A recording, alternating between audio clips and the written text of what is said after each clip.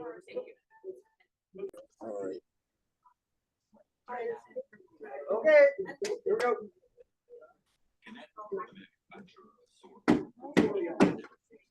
Good evening and welcome to the College of Complexes. My name is Tim Bolger, and I'd like to welcome all of you tonight. Tonight we're going to be doing a good presentation on Bill Lee's going to be giving his presentation on why conspiracy theorists believe they wait to believe, with an extensive analysis of 9/11. And then we're going to, Andy Anderson at the last minute's also asked for some rebuttal time, so we'll give him some rebuttal time. And then we'll also have our question and answer period and our infamous rebuttal period after that. But first, there'll be some announcements. All right, Charlie, if you're ready, let's get started with the announcements page. Okay, welcome everyone to meeting number 3,800 of the College of Complexes, the playground for people who think. That's 3,800. Although I'm not a capitalist, I will give an advertisement for our upcoming programs. Let me silence my TV here. My kind of interfering. Hold on. All right. All right. Although I'm not a capitalist, I will give an advertisement for our upcoming programs. Next week on January the 18th, Eric Mao, political analyst, will be talking about communism and capitalism, a case study of what went on in China. On January the 21st, Robert Holland, another political analyst and political commentary, will talk about how their counter enlightenment is taking place in the United States. Many of you may or may not be aware that the United States itself was founded during a period in philosophy known as the Enlightenment. So are the ideas of the Enlightenment that are the foundations of our nation being overturned? On February the 1st, D. Knight, author, will be reporting on his investigation on conditions in China. D. Knight, activist from the East Coast. That leaves February 8th and 15th as open. So if you'd like to speak or on a topic, please forward a written title and description of your proposed talk, and we'll take a look at it. On February 22nd, Eric Mao will be returning to talk about what is the national character of the United States. How would you categorize the national character of the United States of America? Okay, and that leaves, we got several dates open in March. So please contact me if you'd like to speak. We have several other speakers in progress and probably be adding them during the course of the week. Okay, I'd like to open the floor up for announcements. Anybody Events, upcoming events in town. All right. Well, I have an announcement. Go ahead, Charlie. There will be a series of courses on Marxism for understanding Karl Marx coming up in January 21st beginning. I put the information in chat. If you'd like to contact me by email, I'll forward you the link to register. There's about a dozen different topics and courses that are available, so you can pick and choose from those on different dates. That's all sorts of topics will be discussed from a perspective of Karl Marx. Okay, thank you. Okay, Jen, go ahead. January 30th at 7 p.m. on Zoom. Nuclear Energy Information Service will be presenting its Night with the Experts. And on January 30th, our expert is going to be a young woman, Emily Strasser, who wrote a book called The Half-Life of a Secret, because she grew up around Oak Ridge, Tennessee, and her grandfather was a physicist who worked on the Manhattan Project and beyond. He stayed at Oak Ridge during the Cold War and continued to do research on nuclear weapons. But nobody was ever allowed to talk about what he did, and he actually died before she was born. And so she spent, she's a great researcher. She spent a great deal of time looking up who he was and what he did. And it's a very, very personal story about a family that was involved with developing the nuclear ordinance of the United States. So she'll be talking, and it's going to be kind of a departure for Nuclear Energy Information Service, because we are anti-nuclear power, and this will be a personal story about a family that was involved in the development of the present nuclear ordinance of the United States. What's the date again? Okay. January 30. Where? On Zoom. It's on Zoom. I know that book. The Half-Life of a Secret. They're available. Oh yeah, it's available. Where do you go to the website? NEIS.org. Well, I think that okay, my email is really easy. It's my name, janbudar1@gmail.com, and you can email me, and I will send you the link to register. And when I do that, my name's going to be there. You'll register, and it's going to say Jan Budar, but you just have to put your own name in instead of mine, and then you can register. But you'll have to send me email about it. It's kind of tricky. Thank you. All right, anybody else? Let's introduce Bill Lee. Thank you, my biggest supporter. Okay, before we get started, does anyone wish to retract or modify any of their past statements? I have a question. Before you can introduce yourself, can you tell us how many presentations like this have you given? Why are you giving? This would be 4. Here? Or Yes. around the country? Here. Okay. Very good. In case, so, got my train of thought. Okay, so, We got your intro video we're gonna do right. first.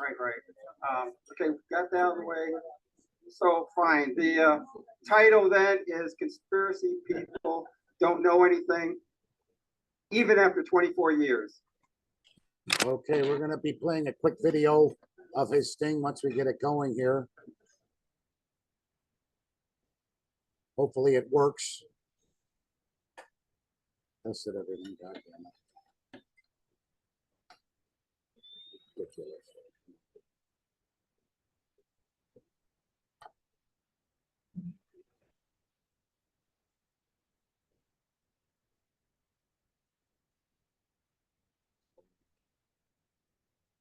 Hang on a minute here. We gotta get the zoom up too.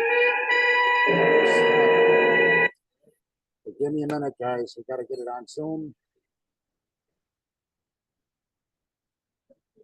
Oh, damn it, come on. Gotta get the zoom up. While you're waiting, by the way, those pieces of paper I put out, some pens, and like notes, questions, whatever that you want to bring up later.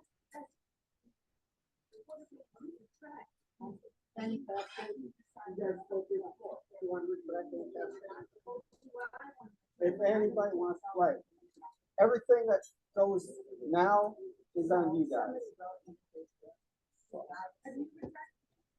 Oh, I learned more. I learned more.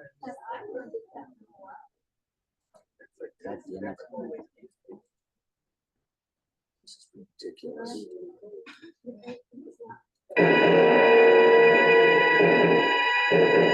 I said, I wasn't letting liquor. He said I was going out of my mind. Not going out of your mind. You're slowly and systematically being driven out of your mind. Why? Why?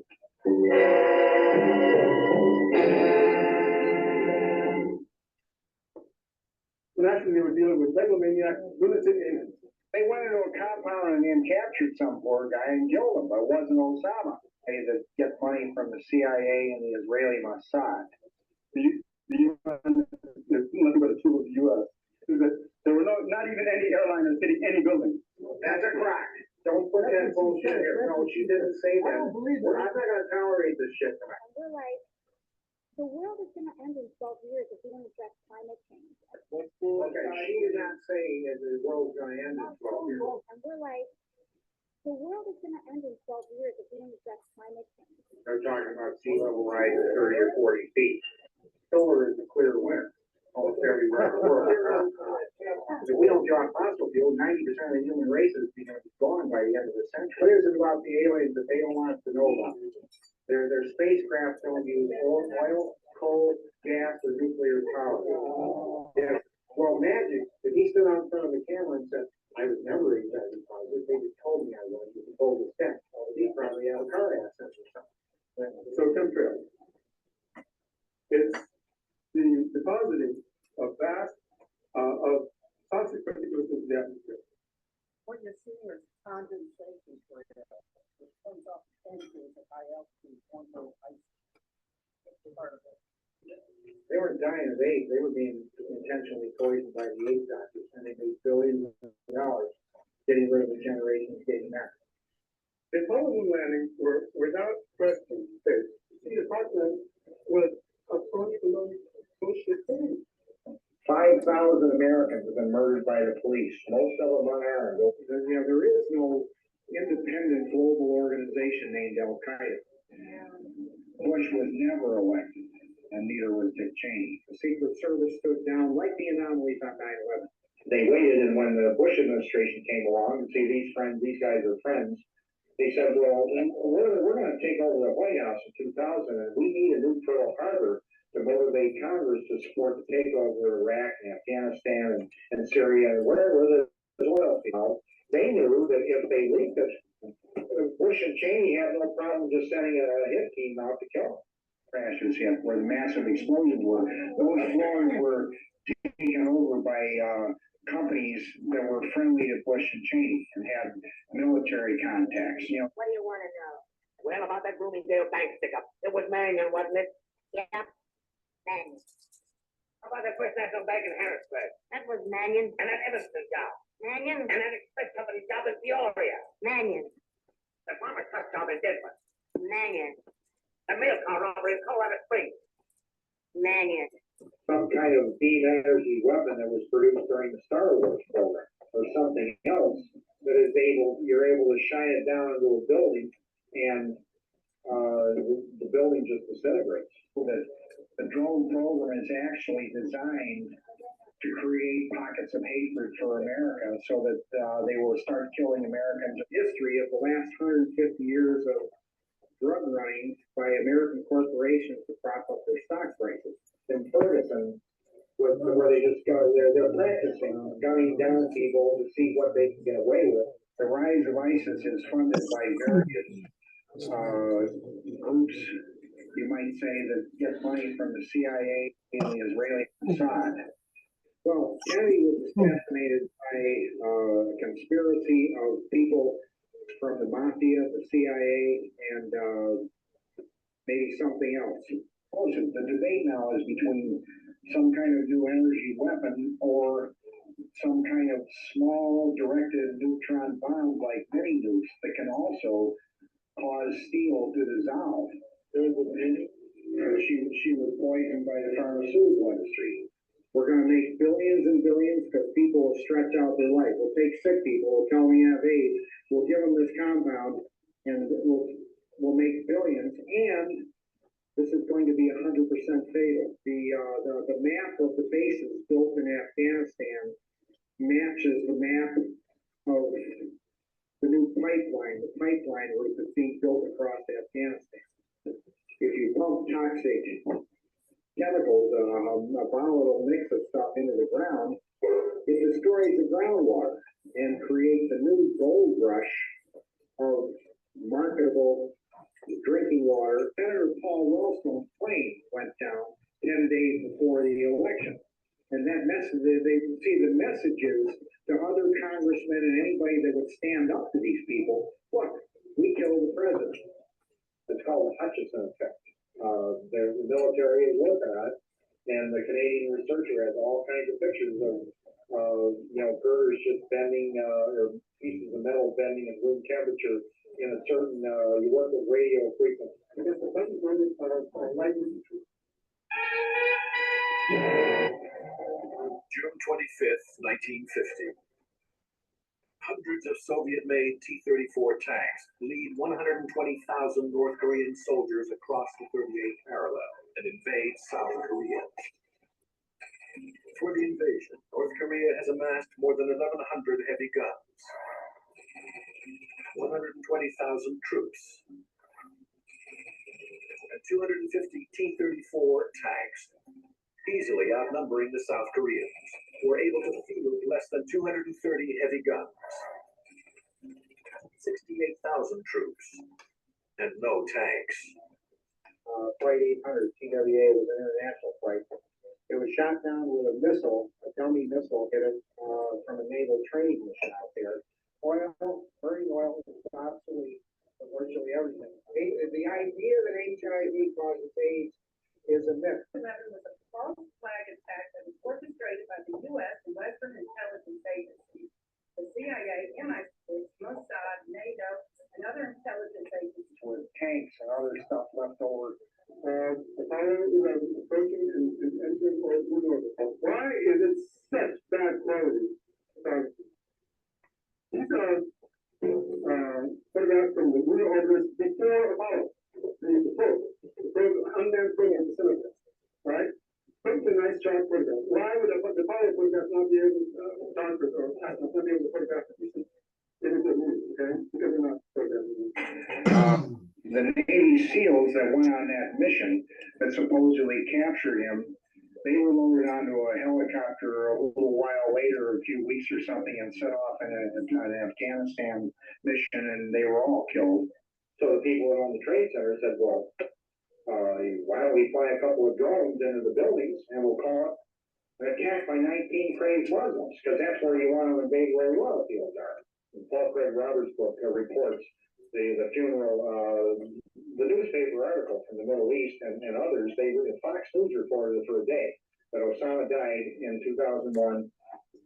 No, I'm not talking about conspiracies. I don't talk about conspiracies. I tell you. So what's emerging now is a pattern. What's emerging is a pattern. Okay, I gave you a chance. Now you know what I meant by if you wanted to retract anything. So you stand by all that. Cool, fine, you got that out of the way. Next, okay, solar being the clear winner.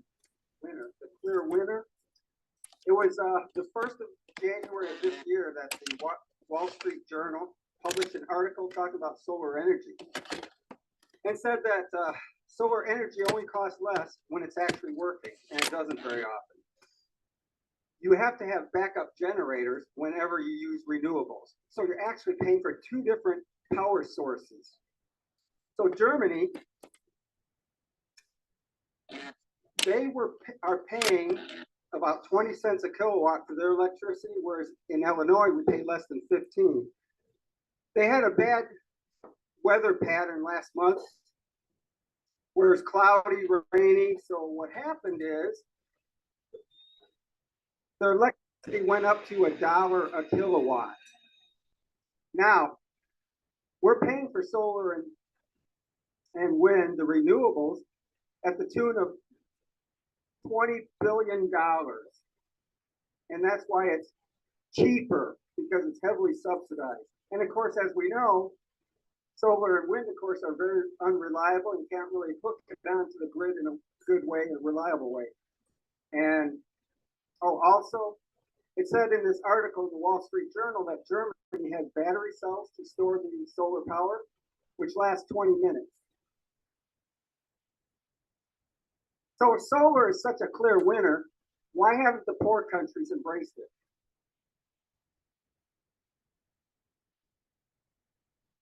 Okay.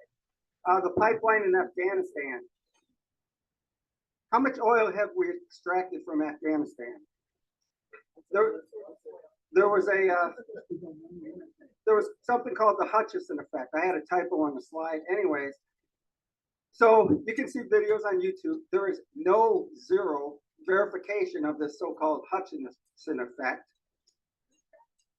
Hutchison effect. Andy knows all about it. You only could see his own videos, and no, the military is not studying the Hutchison effect. They looked at it like 20 years ago. Light infantry, you notice, Ted, he said that the North Korean invaders, they were light infantry with 250 tanks.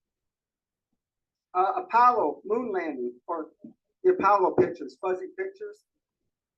Yeah, one was a handheld camera by the astronauts. The other one was a satellite on a fixed lens. The Navy SEALs all were killed when they got on the Chinook helicopter after they went after bin Laden. Well, it just so happens that two of those people that were on the raid, Robert O'Neill and Matt Bissonette, Matt wrote two books, wrote a book about the raid, and Robert O'Neill was a favorite on Fox News. By the way, they're still alive. He said that the story was we were attacked by 19 crazed Muslims. No, they were very rational, following their religion. They were jihadists. Right, of course, and don't forget Bush and those other people. Okay, this is funny. The story that it was the Pakistan Observer in December of 2001. So 9/11, of course, was 2001 in September. So the Pakistan Observer reported from a Taliban spokesman that bin Laden was dead. Very convenient. And asked where the body was. You could see the body. Oh no, you won't be able to find the body. So now we'll see part two. It's buried at sea. You want me to put the next video for your PowerPoint? That's right. Your PowerPoint next? Correct. Okay, All right, you had it all set up. I got the PowerPoint ready. Okay, yep. All Okay, right. we'll talk about conspiracy theories. Okay, let me hang on here. Coming up real quick. As soon as Okay, we got them up, and we'll get it full screen. Yep. And I'll, of course, let you know in advance. Okay, go ahead. Okay, go ahead. These are what conspiracy theories are. Conspiracy If theory. you want to grab the mic and get a chair in front, that's fine. I'll do it. This is fine. Okay, conspiracy theories. Why do they exist? Why do people believe in them? Because there are instances, there are events that we can't explain, and our rational mind needs to make some sense out of it. So we develop our own understanding into a conspiracy theory. Mark Twain. Yes, No, let just keep going, Bill, please. I am. Meaning advancing. Yeah, you're gonna have to push the button for me. Okay. Okay, little quote from Proverbs 18:2 that fools find no pleasure in understanding, but delight in airing their own opinions. Next. I'll say next. Okay. And of course, Mark Twain had a very prophetic statement that it's easier to fool people than to convince them if I present will make zero difference. Next, yep. Okay, who am I? I was a jet engine mechanic, and later on I went into forward air control, coordinating close air support for the Army. So I'm experienced in jet engines, aircraft, and talking to pilots and aircraft, aircrew lingo. So next, yeah. So this is who conspiracy.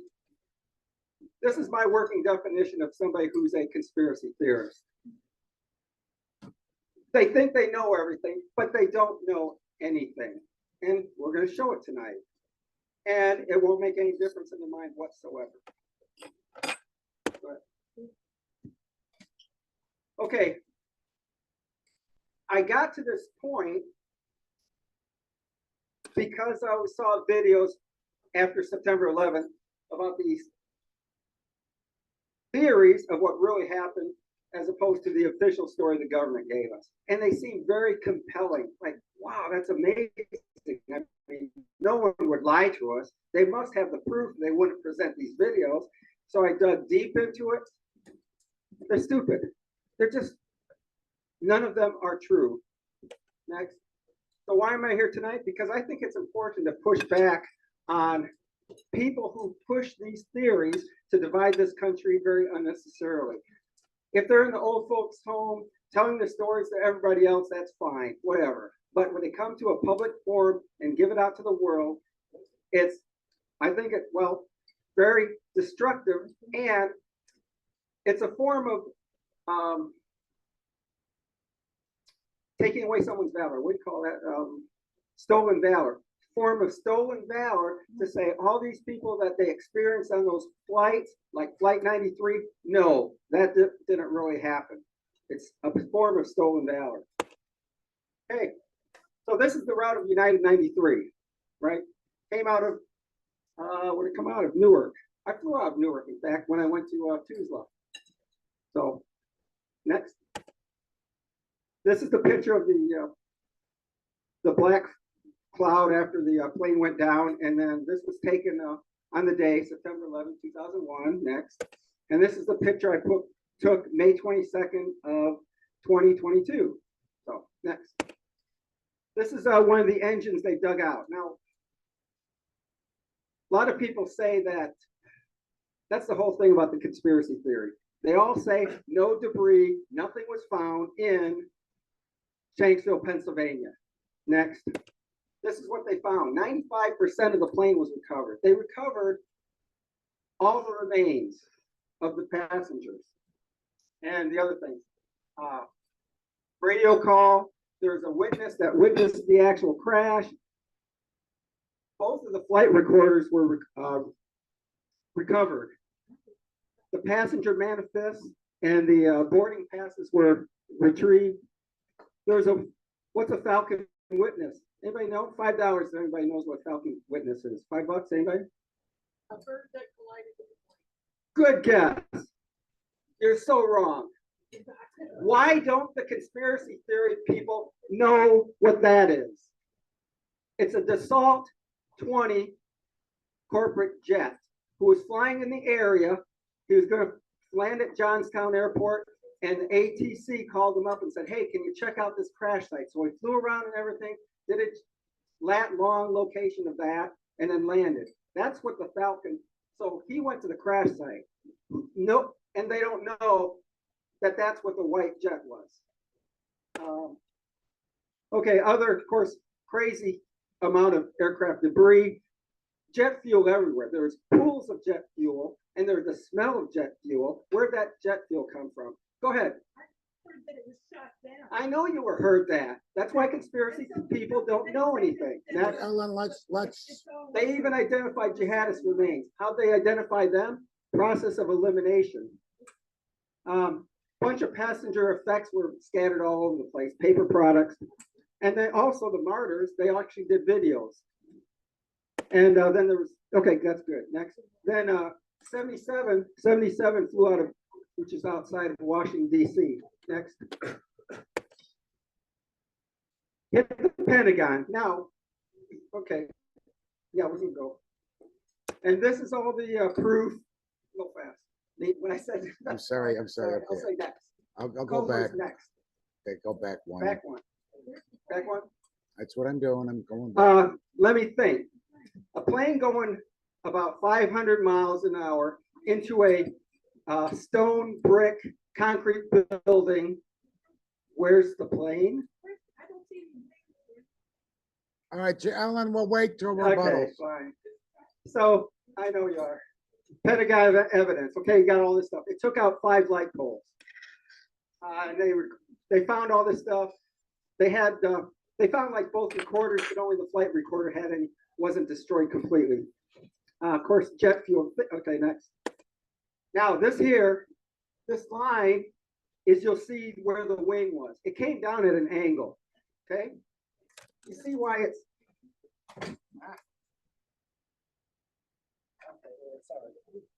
Okay, you see right here.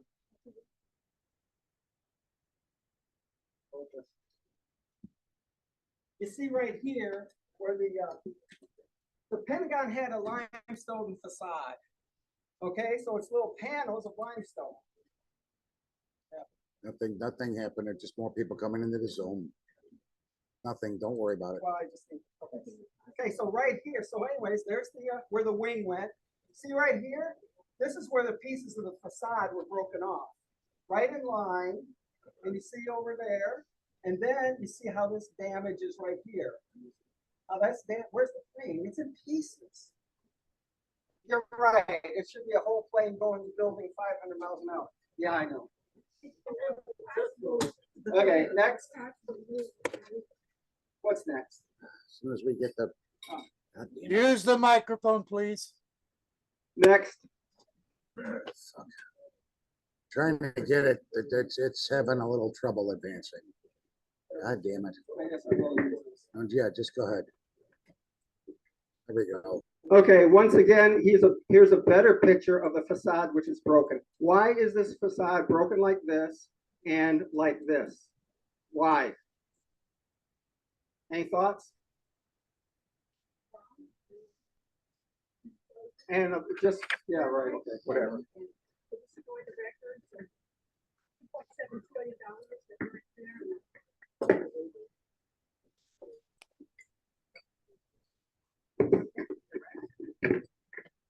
Okay, next. Next. Shit. God damn it. Come on. Sorry, this is just getting to be ridiculous. Okay, there's much talk about the 85 videos, which okay,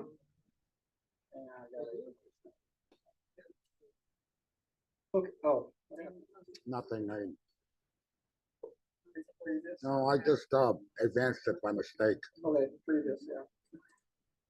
Okay, 85 videos. Thing is, the 85 videos were almost all of them were irrelevant to the Pentagon. So the only ones relevant to the Pentagon were 4. There's a Citgo gas station, which is across the road from the Pentagon. And in fact, on that video, you see one frame of a shadow going past the building. Doubletree Hotel, that showed the big black smoke cloud. In the Pentagon parking lot, there were 2 videos, 2 cameras there and 2 videos. Next. All right, so flight 175, that flew right past the Statue of Liberty. That's the second plane to hit the towers. Next. So 2 different, we're gonna get to it, thank you. There's the 2 towers, and then of course 7 came down 7 hours later. So that's how it was across the street from the North Tower. Next. Yay. Okay, somebody said that the North Tower, the World Trade Center towers were, what, 3/4 empty? This is how empty the Trade Center was. This is North Tower, of course, and all the floors of which were filled up with businesses. Next. Okay, and this is the Tower 2. You did one too many. 2 World Trade Center, and you see how filled up the buildings were. How many people were there that day in the building? I'd have to look at that. Next. Yeah, I know. Okay.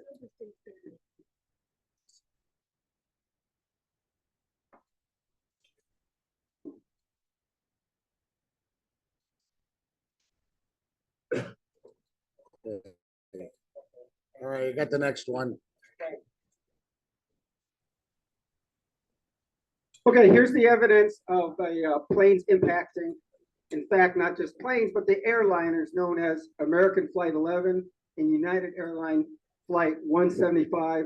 All the different evidence that those planes did in fact go into the buildings. Thing is, jet fuel was everywhere, and the smell of it and the burn victims was a telltale sign of jet fuel. If it's just explosion, bombs, whatever, you're not going to have all these burn victims. Video surveillance in the airports, phone calls from the planes, and they tracked both planes all the way to the point of contact. Next, more evidence, more evidence. And there's much talk about the passport that was found outside of the World Trade Center. Okay, this is how it went. What was in the what stayed in the Trade Center was gone. What went out of the Trade Center survived. A lot of paper products, including a lot of passenger, say, tickets, flight log books, a bunch of other things were found outside because it flew outside. Okay, what, impossible for it to fly outside? Flew through the building, whatever's next. Oh, Meister letter, that's interesting. There was a letter that was picked up by somebody. And then this person that was bound for California, this person picked it up and mailed it to these people in California. So obviously it was a piece of mail from the plane. Sorry. Being transported.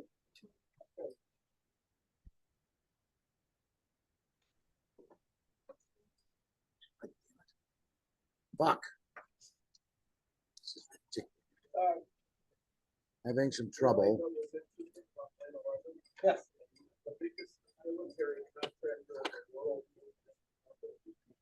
Really? Fascinating. I don't. I can't. Are they? I would have thought. No, there's also United Technologies. United Technologies, other people have big contracts. Yeah, but those biggest. Okay. Okay. Had some trouble. It went down by mistake. We just got to get the PowerPoint back up. Okay. Let's see. So now you where it's sliding. God Yeah, just you can just what, enter. damn it. Yeah, I know. It's just taking me a minute. Any questions or anything anybody might have on it? Questions? All right, which one now? Okay, right here is where you're at, right? Right there. 93. Was that ever researched? Yeah, we'll go. Oh, of course, it's easy. It's easy. You know that it wasn't checked. Wasn't, no, it's not. Hey, yeah. Let me get back to screen sharing now. Well, wait. Let's wait until question period, please. Let's wait till question period. Right. Go ahead. You write down. Okay, and No, we're waiting for question, or we got the slide back up. We're gonna resume the Yes, presentation. Next. Why did the facade in the building fall off? okay. Okay, that's a good question. Wait, hang on one second. Okay, hang on. Okay. Doing things. You're talking about the Pentagon. No, I'm on a Okay. video call. Can I Yes. call you back Yes. Okay. Well, you're talking about later why today? the I'm on a building video collapsed, call. right? I'm sorry. Or the facade. I thought your question, you were asking us, is why did the facade? No, I meant the panels. It was like there were panels of limestone covering the front of the Pentagon. Panels.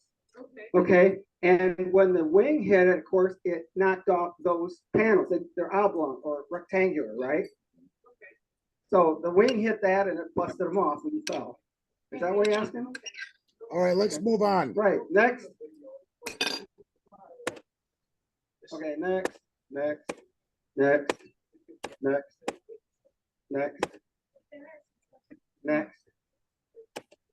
Okay, this is quite interesting. You know why a plane went into the Pentagon? Because of this. This is a three-column section of the exterior wall. How did this get out on the ground with an aircraft tire in the middle of it? Thoughts? Somebody No, Okay, fine, yeah. So what you're seeing here is a pretty good picture because it shows how the Trade Center was constructed. You see here, oh, geez, I got some right there. Okay, there you have one there, angle pan. Where are those people? it's all right. No, just keep going. I had to. Okay, here you've got angle iron right there with two holes. Another piece of angle iron there. Those held the floor trusses.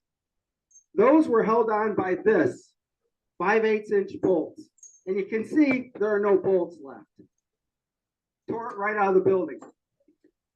And then down here, there were 4 bolts.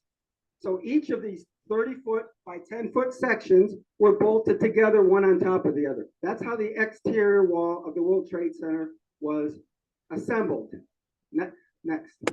Yeah, as soon as I get. God damn it! Come on. Jesus Christ! Come on. That was pictures of the World Trade Center. That's World Trade Center. Yes, exterior wall. Yes. Okay. Yeah, I know. I'm trying to get. I know. God damn it! A little, but this is my expertise. Fuck. I could research all the God other stuff, damn it. but Sorry, this is getting to be I know. ridiculous. Okay, I'll try again. There we go. okay. Anyway, so you see how the assemblies look at that built the exterior wall. Next, and then you see you got these access holes. This is where the construction workers would put in their hand and to work the bolts, to tighten down the bolts. And down at the bottom, this is how the floors were constructed. Those are floor trusses. This here was 1-inch steel rod. And then they poured 4 inches of concrete on top.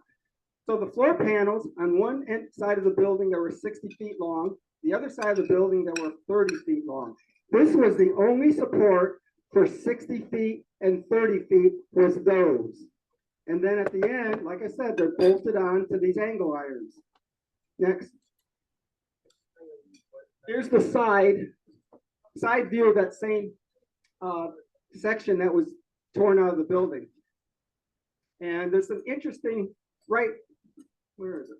Right here, you don't see it very well in this picture, but there's a nice big piece of meat. The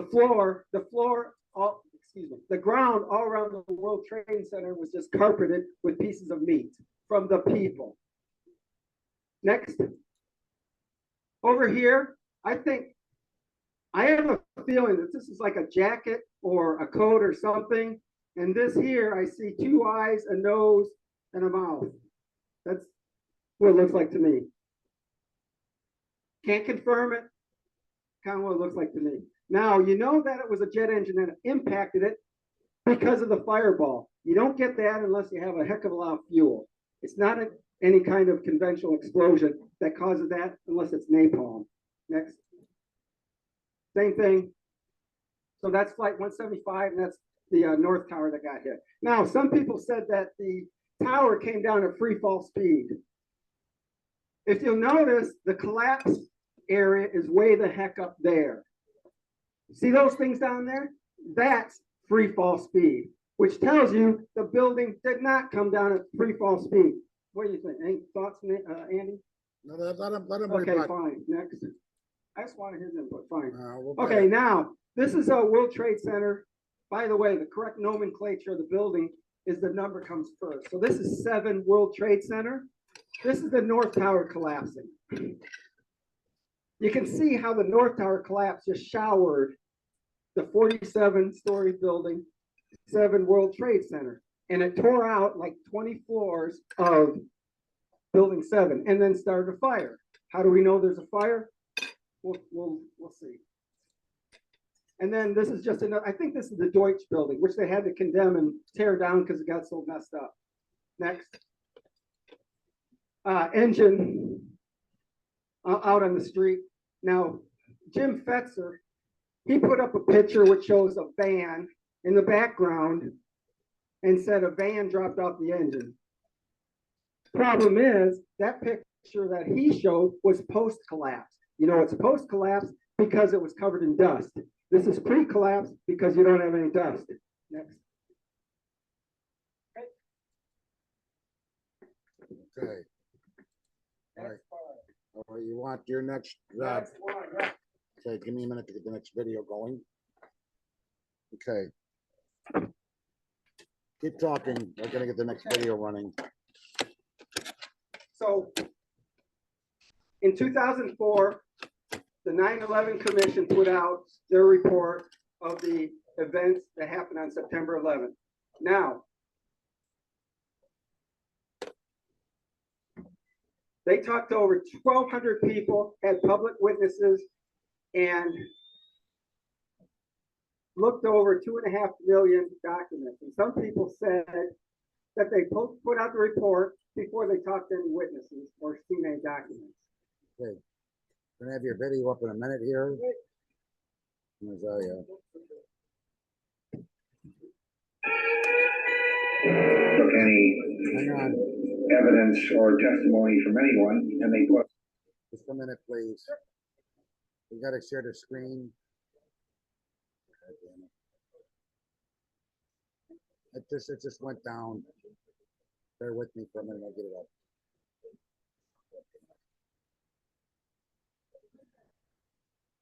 Come on.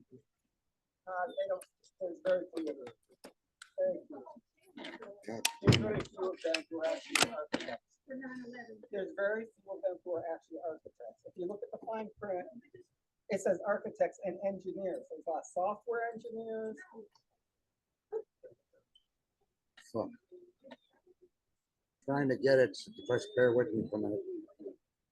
God damn it. Okay, here we go. in 2004 called it the 9/11. Gotta get it on full screen now with the Zoom. God damn it, where's the Zoom thing?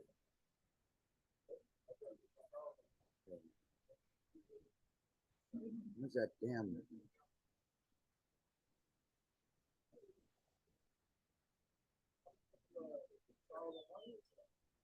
Commission report. A day later, they were out there with big trucks, putting gravel all over the lawn, so that, they covered up the forensic evidence as fast as they could. Well, they're arm to arm, a whole line of them going across the Pentagon lawn and picking up little pieces of what looked like confetti. You can't approach the Pentagon in an aircraft without risking getting shot down by their anti-aircraft batteries on the roof. It's rumored to have 85 good cameras looking at all the different angles. No film, no piece of film has ever been released showing a big plane of any kind going into the Pentagon. Here's the plane. Right there. I know, right there, that's the plane. See, that's a vapor trail. The vapor trail behind the plane. This is the security camera for the parking lot. You know it's a fuel explosion because of all the fireball. Now, right here, the plane comes into view. There's one frame where all of a sudden there's this object that comes into view, and it's that.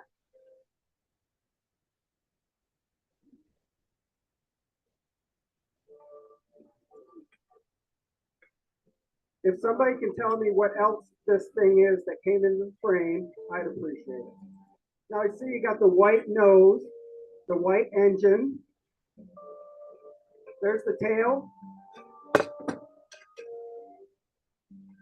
And that's the leading edge of the wing.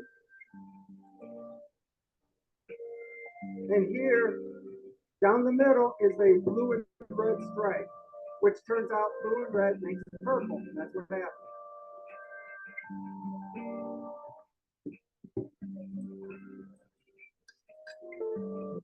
So the pilots knew on the afternoon of 9/11 that the idea that big airliner was flying that fast, skimming along the grass without hitting the grass, They said the engines would have been dragging in the grass if the plane had actually hit the nose of where they pointed to the hole. The terrorists hit one spot of the Pentagon where it wouldn't cause any unreasonable damage. That one wing had just been refurbished in the walls on each side of where the hole was had been reinforced with Kevlar netting and everything to make that area blast resistant. And the blast resistant glass on the side so that it could handle a blast without any major damage to the rest of the Pentagon. The rows of windows on both sides and above the hole were unbroken. Like Donald Rumsfeld slipped up in one of his interviews. He says, "Oh yeah, a missile hit the Pentagon." "Oh, I'm sorry, no, that was Flight 77." There were 4 military war games going on with simulated blips of planes flying into the tower right out the Pentagon. So the air traffic controllers were constantly saying, along with the military people watching the radar screen, "Is this live? Is this part of the exercise today, or is this real war?" They didn't know for 2 hours because so many false blips were put into the radar screens by the military exercises that they were running that morning. Okay, going through the list of the hijackers, those guys are walking around in the Middle East. They weren't even on the planes here in America. When it became clear that the defeat of the 1970s, that was a disaster, a total disaster.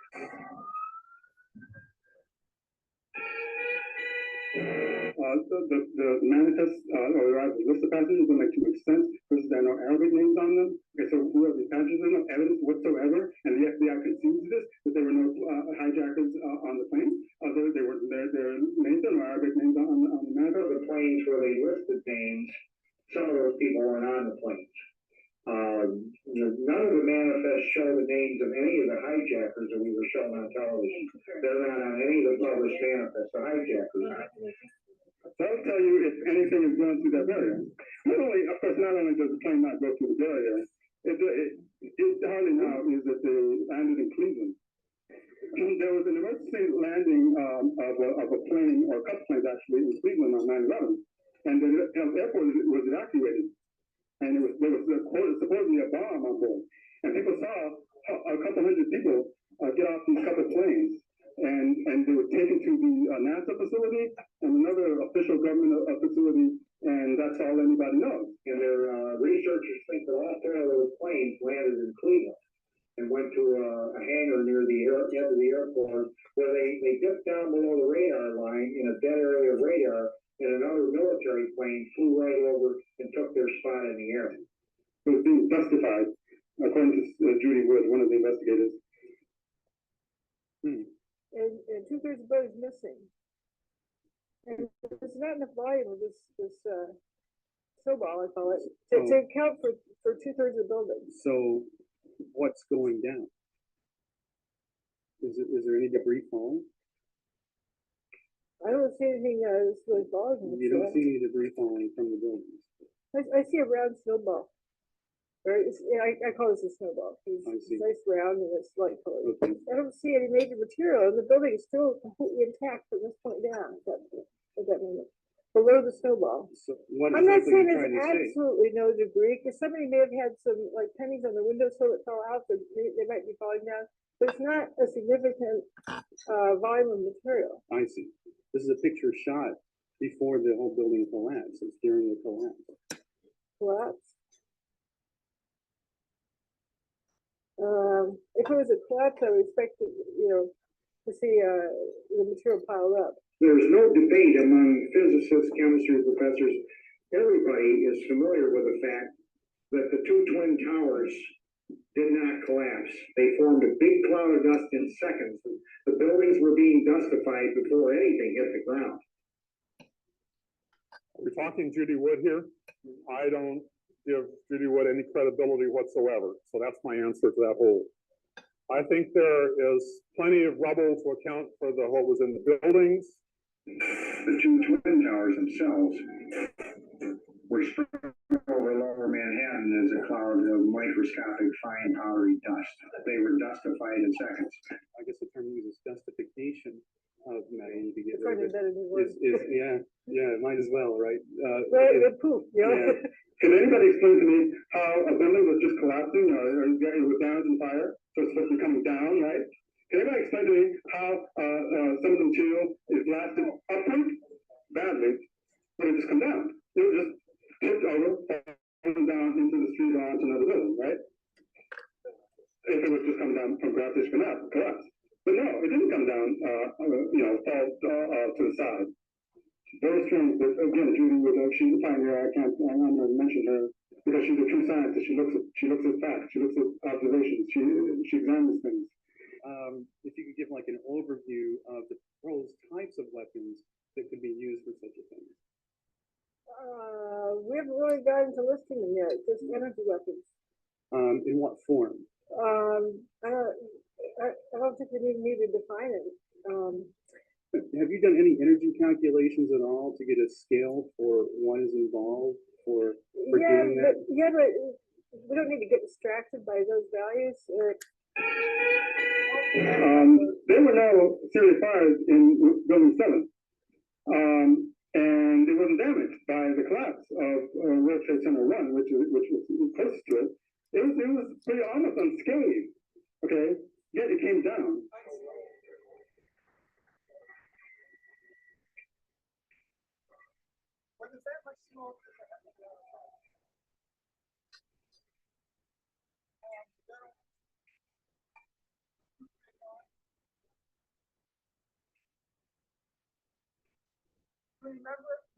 Next week.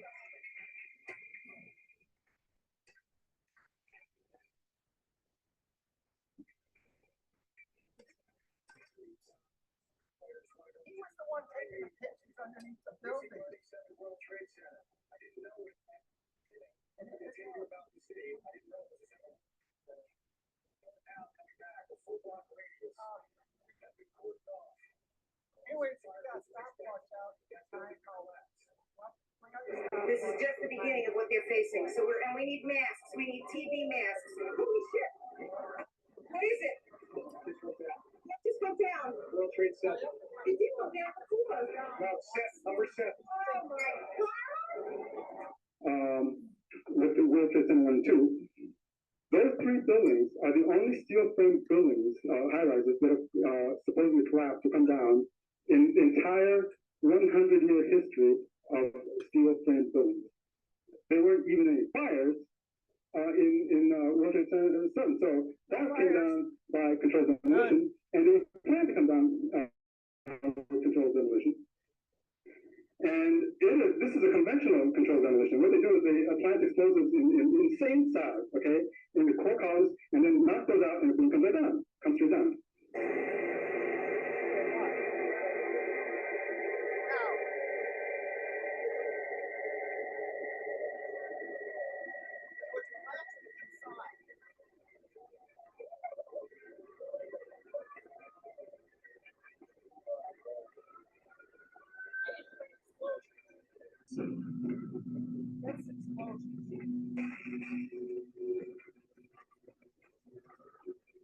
All 3 of those buildings, incidentally came down at free fall speed.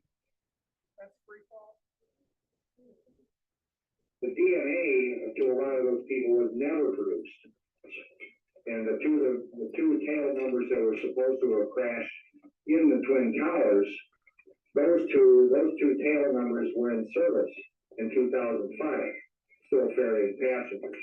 The 4 flights that took off on 9/11, they were sending signals to towers, and they were still in flight long after we were told they crashed. You can't exceed the stress, the structural ratings of an aircraft frame. That is, if you dive an aircraft down, if you're going 500 miles an hour and you dive down near the ground and you get into dense air, it'll rip the wings off.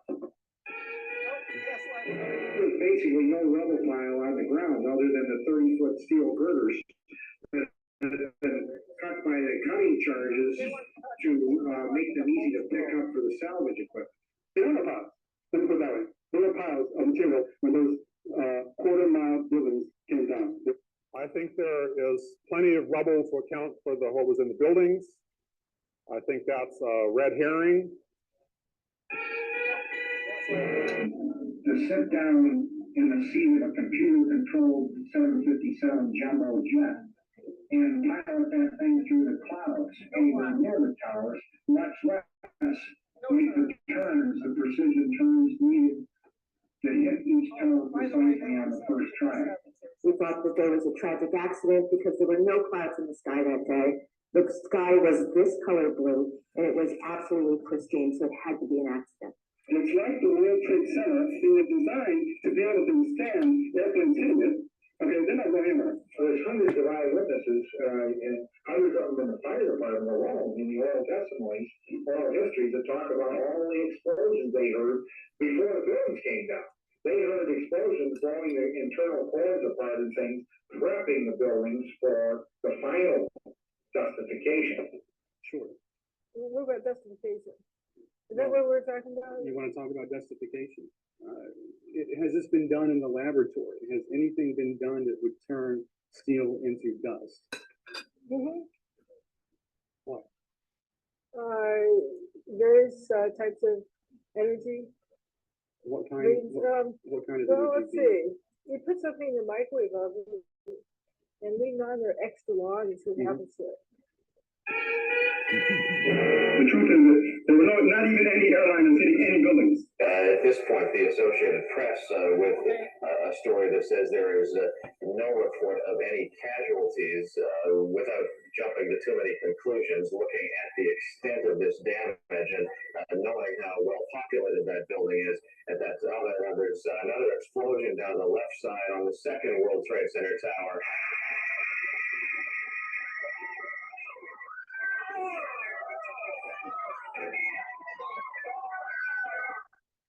I'm showing you this to count the clouds. Count the clouds. Count the clouds. Somebody said there's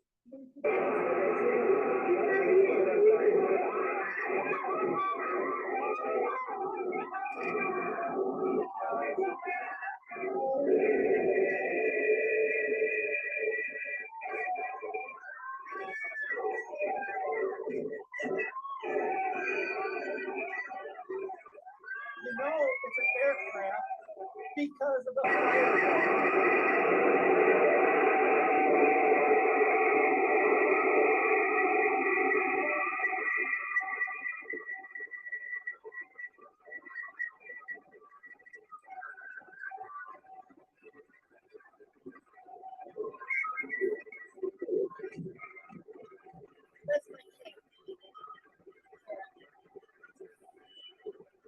Another plane coming down. See?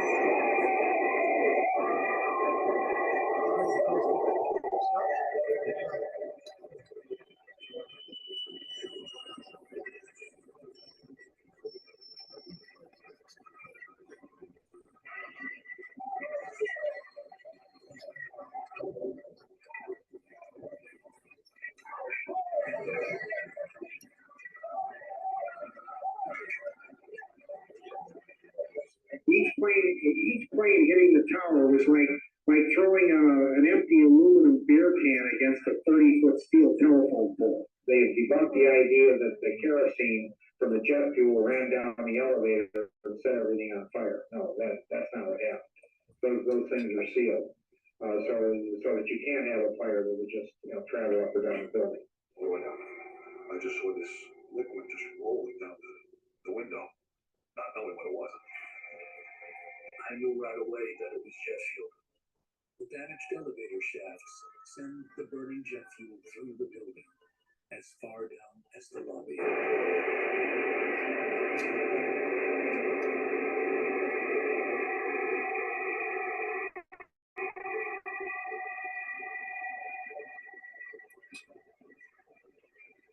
As we opened the door of the hallway, I remember the smell of what I know now as Jeffy. I'll never forget that smell. At the elevator bank in front of us, and this waterfall fire falling down, raging fire inside of the elevator bank opposite to us. There's fire, and then you notice that some of that fire is behaving in a very different way. Fire should not fall down. It was up. There's a book called Steel. I forget who wrote it. It was written about the brothers, the father and brothers, the company that actually had the construction company in New York that built towers, and how the towers were built to withstand multiple hits. The same kind of steel that was certified at the Trade Center to withstand 2,000 degrees for 6 hours before it would sand or deform in any way, shape, or form. And what happened in this case is you had a whole floor where the fires were. That was 1 acre, and that steel was being softened by the heat of the fire. And as those beams bent and buckled in the heat, the whole floor started to collapse. And it may have collapsed just a little bit on one side and a little bit on the other. It may have taken a couple of seconds. But once it got some of its momentum, you had another 15 or 20 floors above it. Well, 15 or 20 floors is several 100,000 tons. Now you have a pile driver just pushing all the other floors down. Underwriters Laboratory certified the steel, big steel girders that weigh hundreds of tons. They certified that steel for withstand 2,000 degrees for 6 hours without any problem at all. And also office fires. There was black smoke coming out. When you see black smoke, you know it's not a hot burning fire.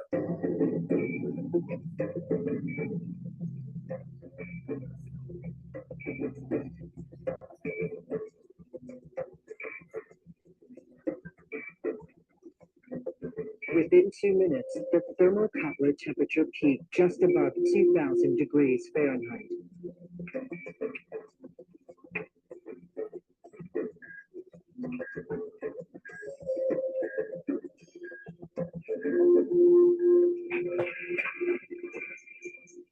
Complete structural failure took less than 4 minutes. First came the roar, and then came the visual of the tower beginning to collapse. All of a sudden, like an earthquake beneath your feet, the earth starts to tremble, and a loud roaring sound occurs. There were squids running down the length of the sides of the tower. Boom, boom, boom, boom, boom, boom, as the tower came down. This is as close as we can get to the base of the World Trade Center. You can see the firemen assembled here, the police officers, FBI agents, and you can see the 2 towers. A huge explosion now waiting to lay on all of us.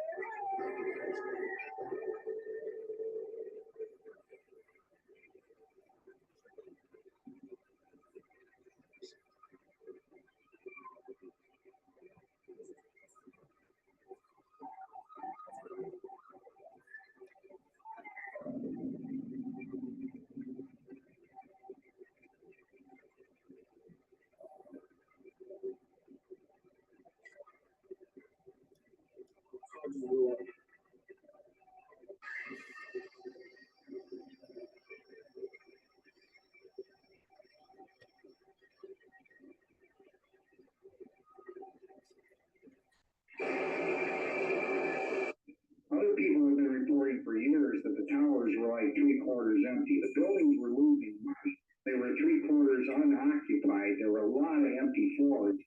The plane flying over Pennsylvania was shot out of the sky. It exploded in midair, and the wreckage was scattered over like 8 miles. And there are eyewitnesses that reported seeing a trailing plane. Well, it's some kind of a white plane without markings on it. It's like the black helicopters. And this book here is a physics textbook written by Professor Julie Wood. The title is Where Did the Tower?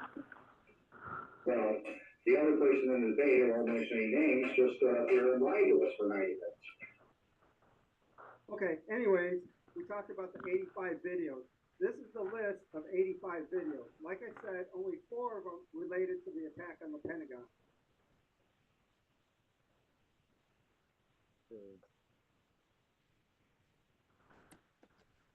This next one's a PowerPoint, right? Go ahead. Yes, it is. Okay. The military war games happening on September 11th. It was confusing to people who think that the war games was going on during the time of the attacks.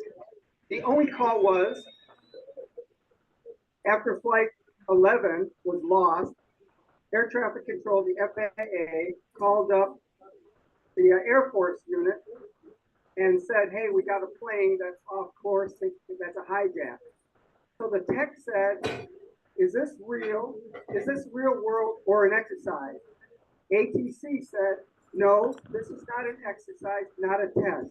That is the only time that there was confusion. Then the exercise stopped. There wasn't inputs of the exercise into civilian and air traffic control computers. So that is where the confusion came in. And after that, it wasn't anymore. This is a big thing.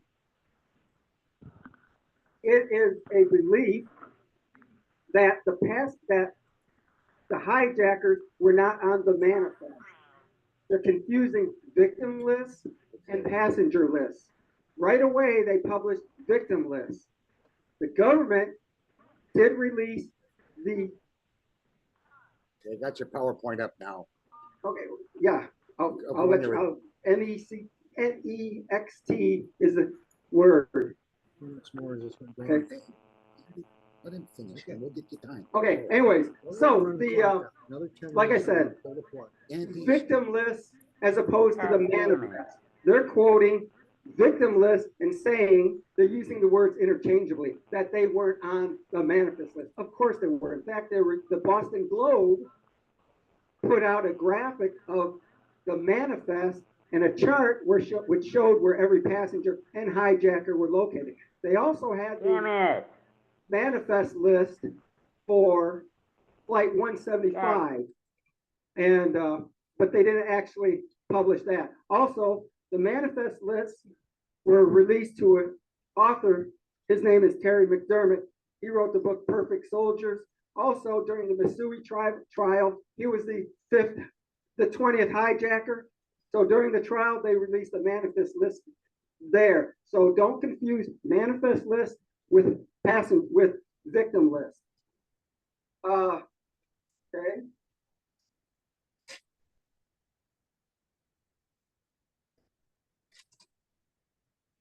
Okay, a lot of people are confused about what a steel frame building is.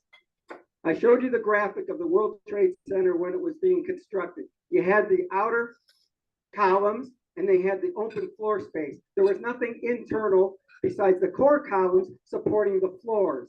So that was a steel frame building is when you have interior supports. And that's not what the World Trade Center was, meaning the two towers.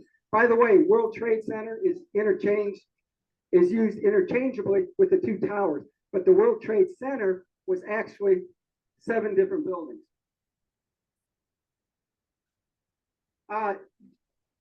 It's also reported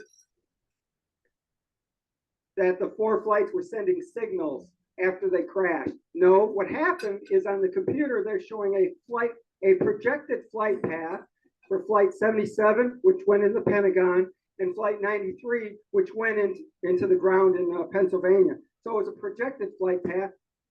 It wasn't actually watching something on the screen. There's a video, which is really fascinating, where the Boeing company is testing one of their wings. They hook up cables to the top of the wing, and they pull on the cables. The wings shattered and exploded at 152% of its stress load factor, its rating. And the whole crowd, the whole plant watching it are cheering at their wings being destroyed because it exceeded 150% of the rating. And also, like they say that the iron workers, they torched out the different columns so they fit on a flatbed truck. Well, they came down the same way they were delivered. 30 foot wide by, 30 foot tall by 10 feet wide sections. Empty beer can. The plane was not empty. It was filled with fuel. It was filled with passengers. It was filled with luggage, mail, seating. It was filled with all kinds of stuff. So it wasn't empty. In fact, if I throw a empty beer can at somebody, it won't hurt them at all. If I throw it as hard as I can, that's loaded, it's going to hurt them. So don't say it was empty. It wasn't empty. Now, Men of Steel. This is interesting. This is the book. It's, by the way, it's not called Steel, it's Men of Steel, but we'll forgive those small errors. On page 70. This is the son, the grandson of the founder of Coke Steel. So he's helping to build the World Trade Center. So this is what he said as as Linson quoted. Robertson and his colleagues at the Skilling engineering firm designed the towers to handle the crash of a 707. Are we supposed to believe what a steel erector has said? Is he an expert? Would he know? No, they didn't design it. They only erected it. The Coke company were the erectors. Okay. Now, let's read the rest of the paragraph, shall we? This is from the author who is in charge of building the World Trade Center. After the towers collapsed, he said, it was the intense fires that brought them down. But everything already known and conversations I had with many in the field only bolsters my initial instinctive reaction as I watched the towers come down. It is my considered opinion, it was all about the floor panels, those light, highly engineered open web joist panels that resisted deflection and failure for only 54 minutes. Heavy structural beams spaced at perhaps 10-foot intervals and fully fireproof, of which the steel in the World Trade Center, the towers were not, would have in all likelihood resisted fire for hours and not just minutes. But firefighters have a saying, don't trust the truss. That's what held up the floors, trusses. If you go into a Walmart, Costco, whatever, you look above, those are trusses. That's what held up the floors of the towers.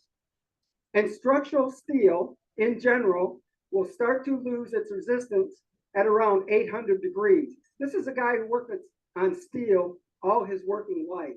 He knows steel.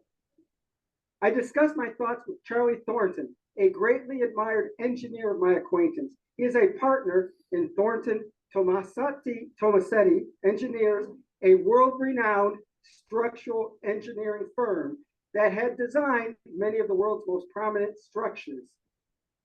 I told Charlie that I had thought immediately of the floor panels when the towers came crashing down. Carl, we all know what caused the collapse. And then later on, okay, he said, you can see that with only two little 5/8" bolts, the minute the joists started to sag, they just yanked them right out. And you saw in the picture, those empty slots without bolts, took it right out. Had there been more and bigger bolts, they wouldn't have pulled out. That's why it collapsed. That's okay. Black smoke. Did you like the little video of the black smoke that took down the steel beam? It's a weird thing when they say black smoke isn't hot. Tell him, or should I? It's time to wrap. I'm gonna let him know, Andy. Is it time up? Well, yeah, it's time. I'd like to give Andy a Okay, fine. chance. Yeah. Okay, so conclude your remarks. We'll let Andy go. We'll give you a couple of minutes Real afterwards. quick, right. Right, so you see what black smoke is. Black smoke is actually more of a function of what's being burned and not the heat. And then to say just office fires, ask the firefighter if office fires are hot or not. Anyway, I'll do it when he comes back, I guess. Okay. And also, this is interesting, the collapse, a lot of witnesses to the collapse. And a third of the witnesses heard a roar like a jet engine or a freight train or a lot of trucks. About a third heard explosions and yeah, a third jet engines. When he comes back, whatever. Yeah. He was, okay. I know, whatever.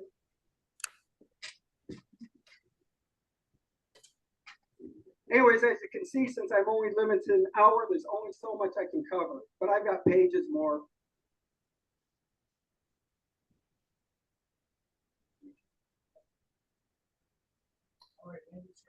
Okay. Let's thank Bill Lee for. Yeah, all right. We're gonna lay because since Andy Anderson was the one Yes, he knows. shown, I'm gonna give him some time to rebut for about 20 to 30 minutes there. So we're gonna be letting him rebut, and then we'll do our questions and whatever. Okay. So go ahead, Andy. You're on. You got your full time. I'll give you about 30 minutes or so, and just go ahead and start rebutting away. I mean, Bill asked several questions throughout the presentation. I have a couple of questions for him I'd like answered before we start. How many of the books of David Ray Griffin have you read? Too many because he lies in every one of them. Okay.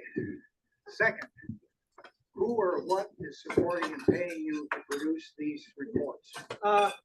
The Department of Defense, I get about $2,100. Speak up, please, because we can't hear you. I get about, well, whatever. I get about $2,100 a month through the Department of Defense for retirement, and I get about $1,300 a month for Social Security. So they're paying me. Then my other question is, you said you've done 4 presentations here. Have you done any of these presentations of this video attack on me anywhere else? No. Why not? Because I wasn't with a group of conspiracy theory people who denied the facts and the forensic evidence. What was the question again? The question was, has he given this presentation anywhere else? This was obviously a hit piece on me and anybody else that has tried to present the reality of what happened on 9/11. Now, number one, Bill is working with his source, came out of the New York Times stuff that was from up to August 12th of 2005. First point I'd like to make is we have billionaire predators in this country that own and control the media. The New York Times is part of that media control and mythology producing machine. The New York Times heavily promoted the mainstream fairy tale of 9/11 all the way up to 2015 and beyond. If you work with the information from 2005 on back, you're working with opinions that have been thoroughly debunked by thousands of scientists all over the world. This isn't me producing an opinion. David Ray Griffin, for incidentally, for those of you that don't know, there's a website called Americans Who Tell the Truth. They have portraits on that site of people that have spent their lives trying to improve conditions in America, people with unimpeachable credentials.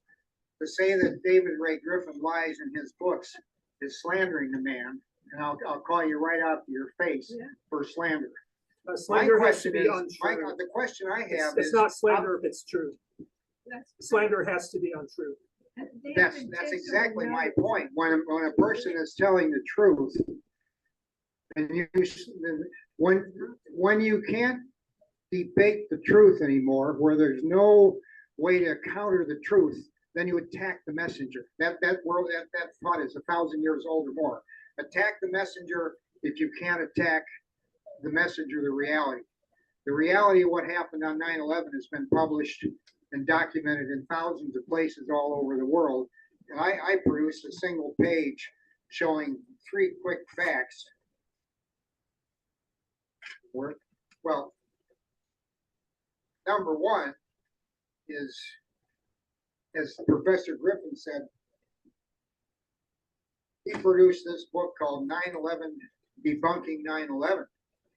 He answered all the debunkers like Mr. Lee and others that have said the official story is true. David Ray Griffin's first book was 9/11 Report, a 571-page conspiracy. That book he held up, Griffin said it's a 571-page lie. False information on every page of it. Number two, there's all kinds of pictures showing that the Twin Towers did not collapse and fall to a big pile of rubble on the ground. One firefighter came out with his captain after the first tower collapsed. They were looking right through where the rubble should have been. He said, when there's no building, no rubble on the ground, when a big building like that collapses, you know something bad happened in the air. What we were watching on TV was the layers of explosives going off from the top down, pulverizing the concrete and blowing steel girders out 600 feet in all directions, so that the weight of the building, either tower, the weight of the towers wouldn't fall and crack what they called the bathtub. There was 7 stories down, a concrete wall holding out the river. Lower Manhattan would have flooded if the Twin Towers had been demolished like with ordinary explosives, like ordinary old hotels coming down in the big, huge pile of rubble. It was off. No, it's on. It's on. Yes. Just wanting to go. That's all. Go ahead, Andy. You've got time. Yeah. As I said, Professor Griffin wrote over 12 books debunking every piece of the official story. And to produce a presentation like this without ever having read one of Griffin's books is like giving you a history of the Chicago Bulls and saying, Michael who? I never heard of Michael Jordan. What's that? Oh, Michael never existed. Well, you're full of shit. There's illusion and reality. Now you have an opinion from Fox News and the New York Times and the people, this 5 pages he gave us, whatever it is, with statements of all kinds of people. They were promoting the official story, and he didn't talk about the firefighters for 9/11 Truth had a website, and they have videos of the firefighters that survived the collapses. They're sitting back in the fire station, they're all covered in dust and everything else from, it's on the night, they're debriefing them. And they're saying, yeah, we watched the layers of explosive go out, boom, boom, boom, boom, all the way down. They watched from a block away the surviving firefighters. Like, I don't know how many, what was the official number of firefighters that lost their lives? 240 something? 343. 343 firefighters were surprised because they were up there putting the fire out. They said, we'll have the fire out in a few minutes. They weren't told that the explosives were going to be triggered while they were still in the building. And this is why roughly 3,000 people died. But if the buildings were full, like Mr. Lee had said, there would have been roughly 50,000 people working in the trade centers. 25,000 per building. That was the capacity when they were in their heyday, but they were 3/4 empty. Several companies got word at 6:30 in the morning to evacuate their companies and leave the buildings because something bad was going to happen that day. Insiders had knowledge. There was massive insider knowledge, insider trading on stock of insider trading of the airlines, United and American. Those are the only 2 airlines that have massive insider trading because people knew, the insiders knew those airlines are going to take a hit that day. 1 sec. Well, Andy will be right back. He's just getting some reference material, so please bear with us for a minute. Okay. Okay. Between 2006 and 2011, Project Censored out of Sonoma State published a chapter every there. Each year there was a chapter culminating in 2011 of a chapter on false flag operations. What's a false flag? 9/11 was a false flag, and it's described in this book. This is the actual copy I have of describing what happened on 9/11 as a false flag. But from 2005 to 2011, I think it was, they had a chapter dealing with a piece of one of the pieces of mythology of the story of 9/11. So by 9/11, it was known all over the world that the official story was false, and the investigation was ongoing to actually track down the people that did it. It was known without question that the Bush-Cheney administration covered it up, and the New York Times and all the billionaires that own the media, they have the power to promote the myth on all channels. Osama bin Laden, Osama bin Laden. They promoted the myth while simultaneously suppressing and blacking out all the thousands of researchers all over the world that were investigating and publishing the reality of what happened. As I said, I think it's more, maybe we get to be third or fourth grade or fifth grade, we stop believing that Santa Claus actually comes down the chimney to deliver presents. It's a fairy tale. Well, I forget the name of the man that wrote a book called Transparent Conspiracy. It's talking about 9/11. He says when the official story is so ridiculously false, that's a transparent conspiracy. And they're telling you in broad daylight, this is the story, we're sticking to it, and if you question it, you could get into big trouble. You could lose your job. You could get killed. Well, reporters all over this country know that 9/11 is a radioactive story. If you go anywhere near it, you get fired and blackballed. To my knowledge, there's been no real media coverage about the hundreds of books that have been published all over the world, or the Toronto hearings up in Canada a few years back that produced a report showing that the collapse of Building 7 was a total fairy tale also. Building 7 was blown apart with explosives in a classic controlled demolition where that building came down at virtual free fall speed because the girders were being blown apart from the bottom up. It was a classic controlled demolition, but it collapsed right down into its own footprint. You could see it on the film. As we said before, and it was commented in the video here, three towers we were told collapsed due to fire. That's never happened before or since. And many structural steel experts have pointed out that the Twin Towers especially had massive steel cores that could not have been damaged by fire. There were 47 big columns going up the center of the building and a bunch of steel columns around the edges. But the way those buildings were built, there was a lot of steel structures, like steel telephone poles 3 feet apart all the way around. They were built to absorb the hits from off-course airliners the size of a 707 in cloudy weather, or if had really bad weather conditions where planes got off course, 1 or 2 or 3 airliners that size hitting either tower would not bring the tower down because of the cores in the middle. They were built that way, and that's been reported in many different places. I don't know why, as I said, I don't know why Mr. Lee has chosen to use 20-year-old information that's been totally debunked from here to Christmas on virtually every piece. This was a hit piece on me where each time I presented a piece of factual evidence that's been since corroborated by people all over the world, it's still being reported that I'm promoting mythology or I'm a conspiracy theorist. Well, in America, we've reached a point where if you try to tell the truth on something that is going to cut into billionaire profits, they call you a conspiracy nut.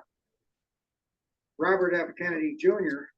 had really good credibility as an environmental scientist talking about getting toxic pollutants out of water and out of baby food and all kinds of other stuff. He's devoted his life to helping Americans have healthier children. But since he started talking about the known discrepancies and falsehoods we were told about the COVID vaccines, Ralph Kennedy Jr. all of a sudden is considered a conspiracy nut when he's actually telling the truth. Now there's a whole list, like today, if you, in 1970, if you talked about the hazards of cigarette smoking, you would have been a conspiracy nut. Today, I don't think anybody can debate the benefits of smoking 4 packs a day. You look like an idiot. There's no benefit to smoking 4 packs a day. We know that now, but the tobacco companies knew it in 1970, and they started paying people to go on television to lie to us. Just like they have people paid in the media to promote the official story of 9/11, which is a total crock. It's a fairy tale. As I said, here's a book called 9/11 10 Years Later. 9/11 10 Years Later, when state crimes against democracy succeed. 9/11 was a state crime against democracy, our democracy. It was orchestrated, covered up, promoted by the Bush-Cheney administration. That has been well known for years, at least since 2006 or 7, when a lot of investigators got involved. Before 2005, as is shown on the reference page we were given today, before 2005, a lot of researchers were still believing the official story put out by the New York Times and followed by all the media. But beginning in about 2005, that's when people started really beginning to look at it. And once you look at it, the facts are easy. The idea that there was foreknowledge, 9/11 was not a surprise attack on America. The stock traders knew, insider traders knew, people within the Bush trade. Rumsfeld and the others were told to stop flying commercial airliners on the night of the 10th.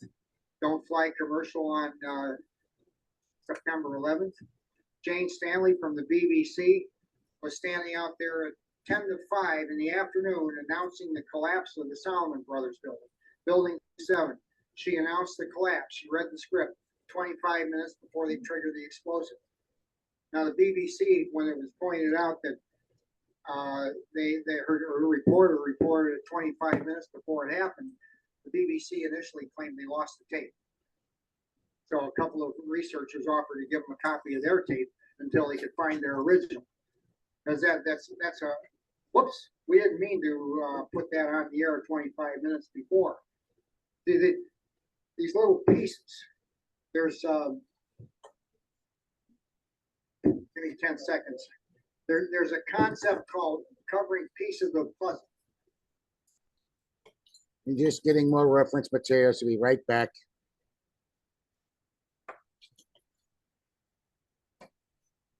This is how the media covers subjects. Here's 3 pieces of a picture. A little piece here, a little piece here, and a little piece there. Does anybody in this room can tell me what that picture is? We're looking at those 3 pieces. Well, the media will shine a light on a piece and then it goes dark. Then a few days later, they'll cover another piece. Maybe a week later, they'll cover all the pieces of a story, but so far apart and not related, not telling you how they're related, that you can't see the big picture. Now, here's the big picture with 3 pieces missing. It's a picture of mountains out in somewhere out in the West. I just got this at the dollar store. I just made this up because I didn't have the one I have at home. But this is a concept of how the media covers things that billionaires don't want us to know about. There's no coordinated blackout of the subject per se. It's just they cover it. And this is what's called non-coverage coverage. One piece at a time, so that 3-4 weeks later when they show another piece, well, I forgot what you can't remember where all these pieces go together, especially if they cover them in different orders, all jumbled up. and they don't tell you what the simple picture looks like. Is that clear to everybody? Does anybody not understand that? We Because that's understand where it. we are today. The media right now is telling us that 15 million people, after Roe versus Wade was destroyed by our Supreme Court, and women are bleeding to death in parking lots all over the country because they can't get treatment anymore in a timely fashion. We're told that 15 million voters, many of them women, just decided not to go to the polls and vote. That's how Trump won. It doesn't pass the smell test. But all we're getting in media coverage today is the American people voted for Trump. American people voted for Trump. It's like, again, giving us a whole history of the Chicago Bulls without Michael. Or how about the Chicago Bears without Walter Payton, or some of the other famous names? Basketball today without LeBron or Michael. How can you be that ignorant unless you are intentionally ignoring the core issue? Well, how many people know about the work of a man named Ralph Nader? Show of hands. Everybody knows Ralph Nader, right? Yes. Well, who can tell me about Greg Palast? 1, 2, 3 hands. Greg Palast is the Ralph Nader of investigating voter suppression and voter fraud. He's been investigating for 25 years. His current investigation in several states shows that Pennsylvania, Michigan, Wisconsin, one other state, he's done those so far, and it shows that there was clearly millions of votes either scrubbed from the rolls, mail-in ballots, provisional ballots thrown in the dumpster. This Greg Palast says the investigation is ongoing, but the red states are stonewalling him because they don't want to know that Trump lost this election again. Trump was installed. This was not any kind of an election. It was an installation. And if we don't address the voter suppression, on the website with Greg Palast, there's a video you can watch called Vigilante. It talks about voter suppression and how they're scrubbing millions of Democrats off the polls in key states so that criminals masquerading as Republicans can get elected. This is our election today was the continuation of the Bush-Cheney crime spree that started in 2000 when they got control of the White House. So, a couple of points I want to address really quick.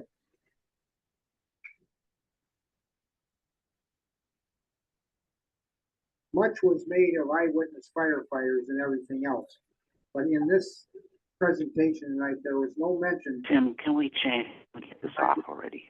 Eyewitness firefighters that reported seeing the layers of explosives going down. Hold on, Andy. I'm letting Andy rebut on his stuff because he was the main one featured in the video. So go ahead, Andy.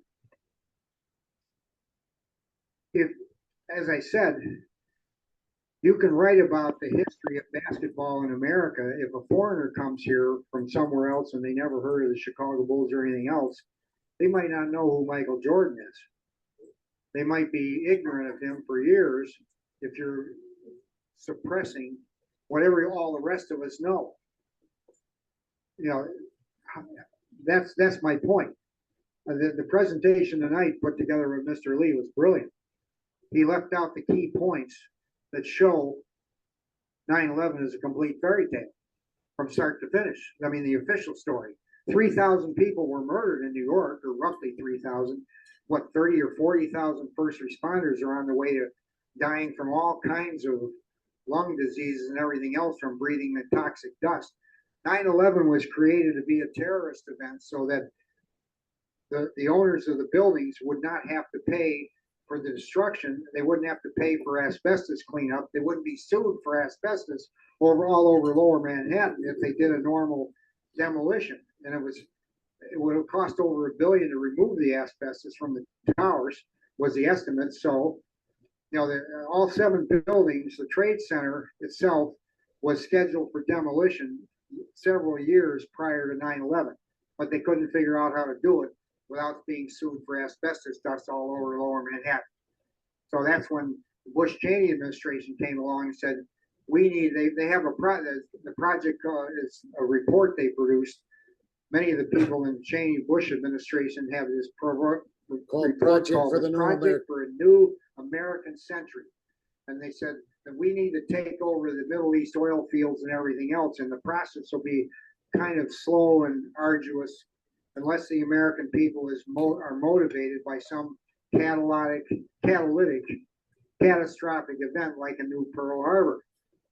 So they worked with the new owners of the Trade Center. Larry Silverstein took out the lease, took over from the old Port Authority sometime in July. He took out billions of dollars worth of terrorist insurance to be paid in cash if anything happened to the buildings on a terrorist event. Now, what kind of luck is that? The whole thing was planned. These people, the insiders, they knew what they were doing. They defrauded the insurance companies out of billions. They didn't have to pay to clean up asbestos over Lower Manhattan, and they got billions of dollars to build a new Freedom Tower on the site to keep the fairy tale going, that we were attacked by Al Qaeda. And many of the articles you see on Common Dreams, Smirking Chimp, Want to Know Info, Truth Out, a lot of the sites that are reader supported that have credible news, they're all saying the events after 9/11, 9/11 gave us the Department of Homeland Security and all kinds of other things, the militarization of police in America. We wouldn't be going in this direction without the myth of 9/11. Let's go to question. You puncture that myth. You puncture that myth, and a lot of other pieces of mythology can be punctured also. So, does anybody have any quick questions for me before I quit?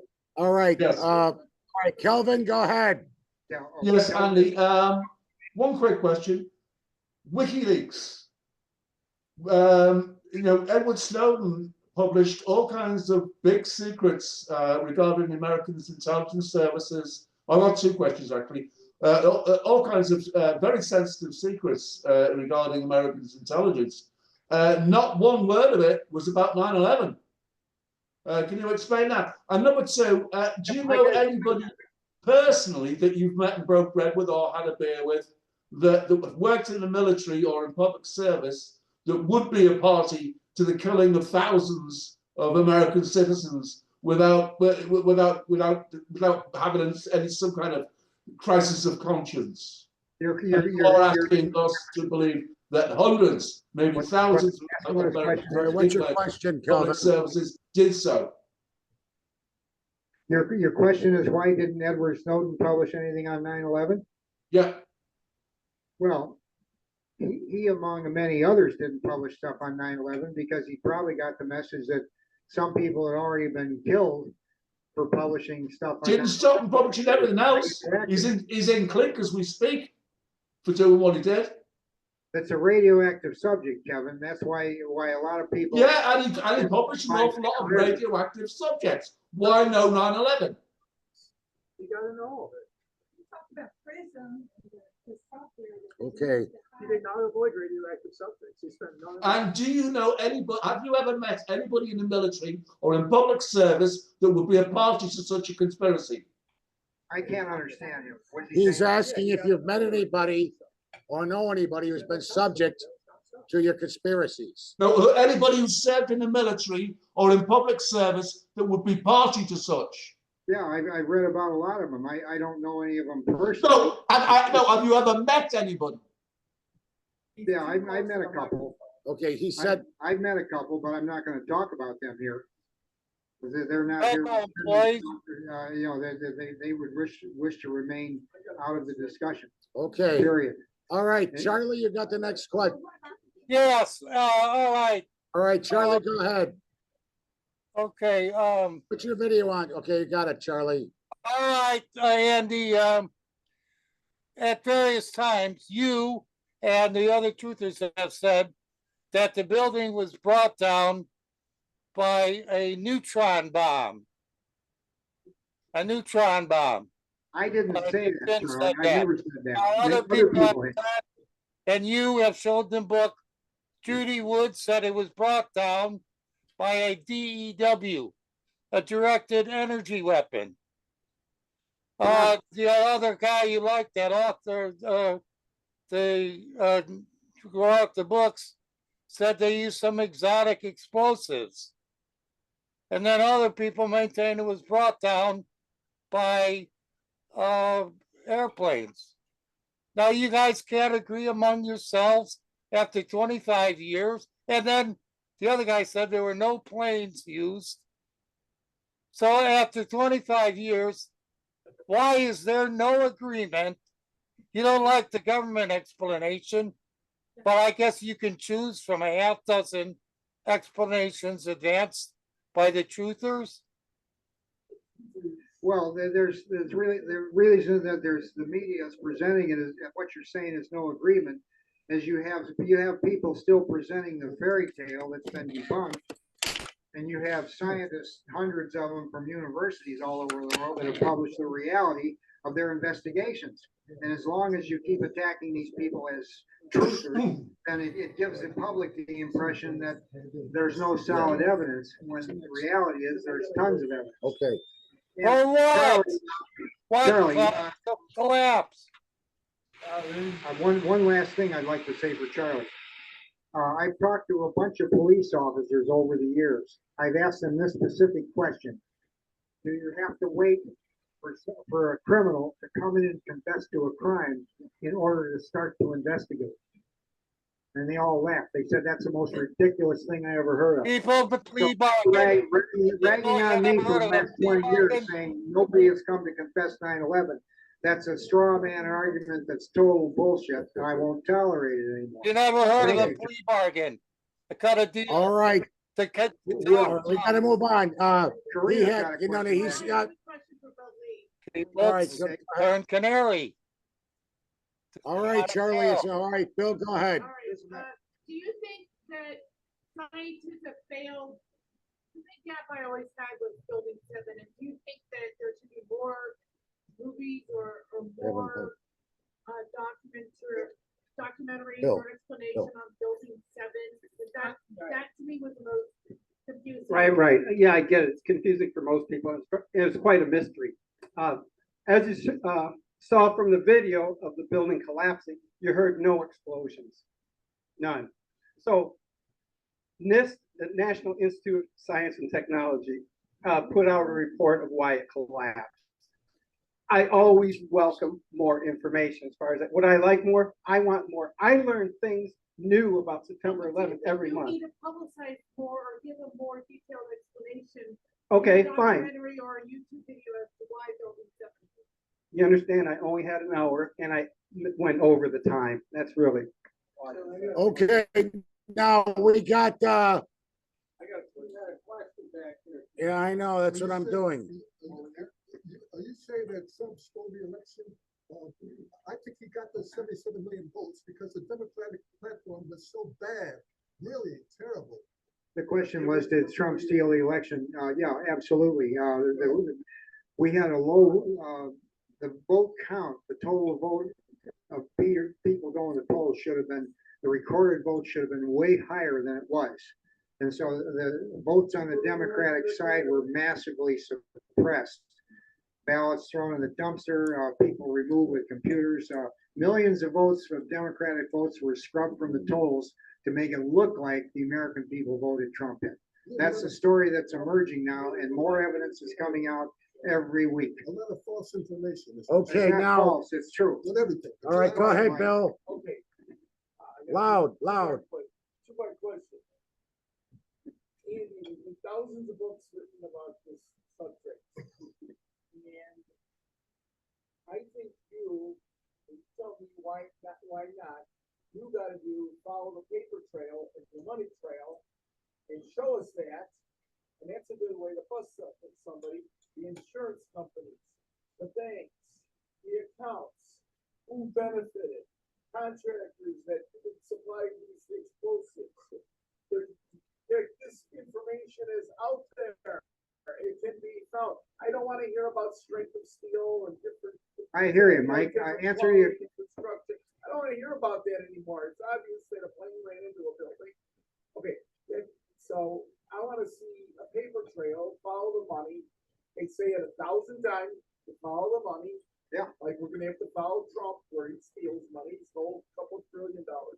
It's in, the paper trail that you're looking at has been published in many places. It's, Well, show it to us. I can't show you 50 different books in a half-hour presentation. I'm giving you a summary. You can look up any one of these books and. Okay, Mike, listen to me. You can watch a video for about an hour on architects and engineers that talks about just what you're talking about. I wanna see some documentation and some. Well, they give you the sources. They give you the sources. Do you remember Mark Twain's quote? It's easier to fool a person than it is for somebody to admit that they've been fooled. You have to admit that you've been fooled and take a step back and look at the evidence. We've had massive gaslighting all over this country for 20 years on this subject. He's absolutely right on that. But the gaslighting has been done by the media. Okay. It is. Okay, my second question is for Mr. Lee. All right, Mr. Lee's got it What's loud. the story on your jacket? Can you check? Okay, hand him. Hello? Very significant. Jake will get you I bought next. this in Afghanistan. Okay. All right. Okay, Jake, you're next. Go ahead. Okay. I got a quick question. Are there any conspiracy theories about the college complexes? It's here. College exists, so it's not a conspiracy. The college exists. All I can tell you is we try to exchange information and give people sources where they can look up and study a subject, the reality for themselves. That's the only way. That's why I collect books, because knowledge exists in books that's not on the internet anymore, or it's been scrubbed. It's not in the media in the first place. A lot of information gets published in books initially that is never published in the media. That's what's going on in America. That's why they're going after attacking libraries and schools. They don't want kids reading books anymore of any kind. Okay, now Jan's got a question. Go ahead, Jan. Yeah, my question was something that Bob Lee brought up. Bill, excuse me. You mentioned that you have to look at the manifest as well as the victims list, but I don't understand if everybody was killed on that plane that went into the Pentagon, how the manifest would be different from the. They didn't want to publish the names of the hijackers because they didn't consider them as victims. Oh, okay. Wait a minute. Okay. It's been reported in a bunch of places that the FBI is still using the names of the 19 hijackers that they put up right after 9/11, a day or two later, and about half of those people have been reported to be living in various countries around the world. They were not on the planes that day, period. That's nuts. Can I say any more? Go, yeah, you got. Well, I don't have any more questions. I just had some comments. I'll go ahead and say a few Well, comments. Let her comment. Well, I'll try to make it quick, Karina.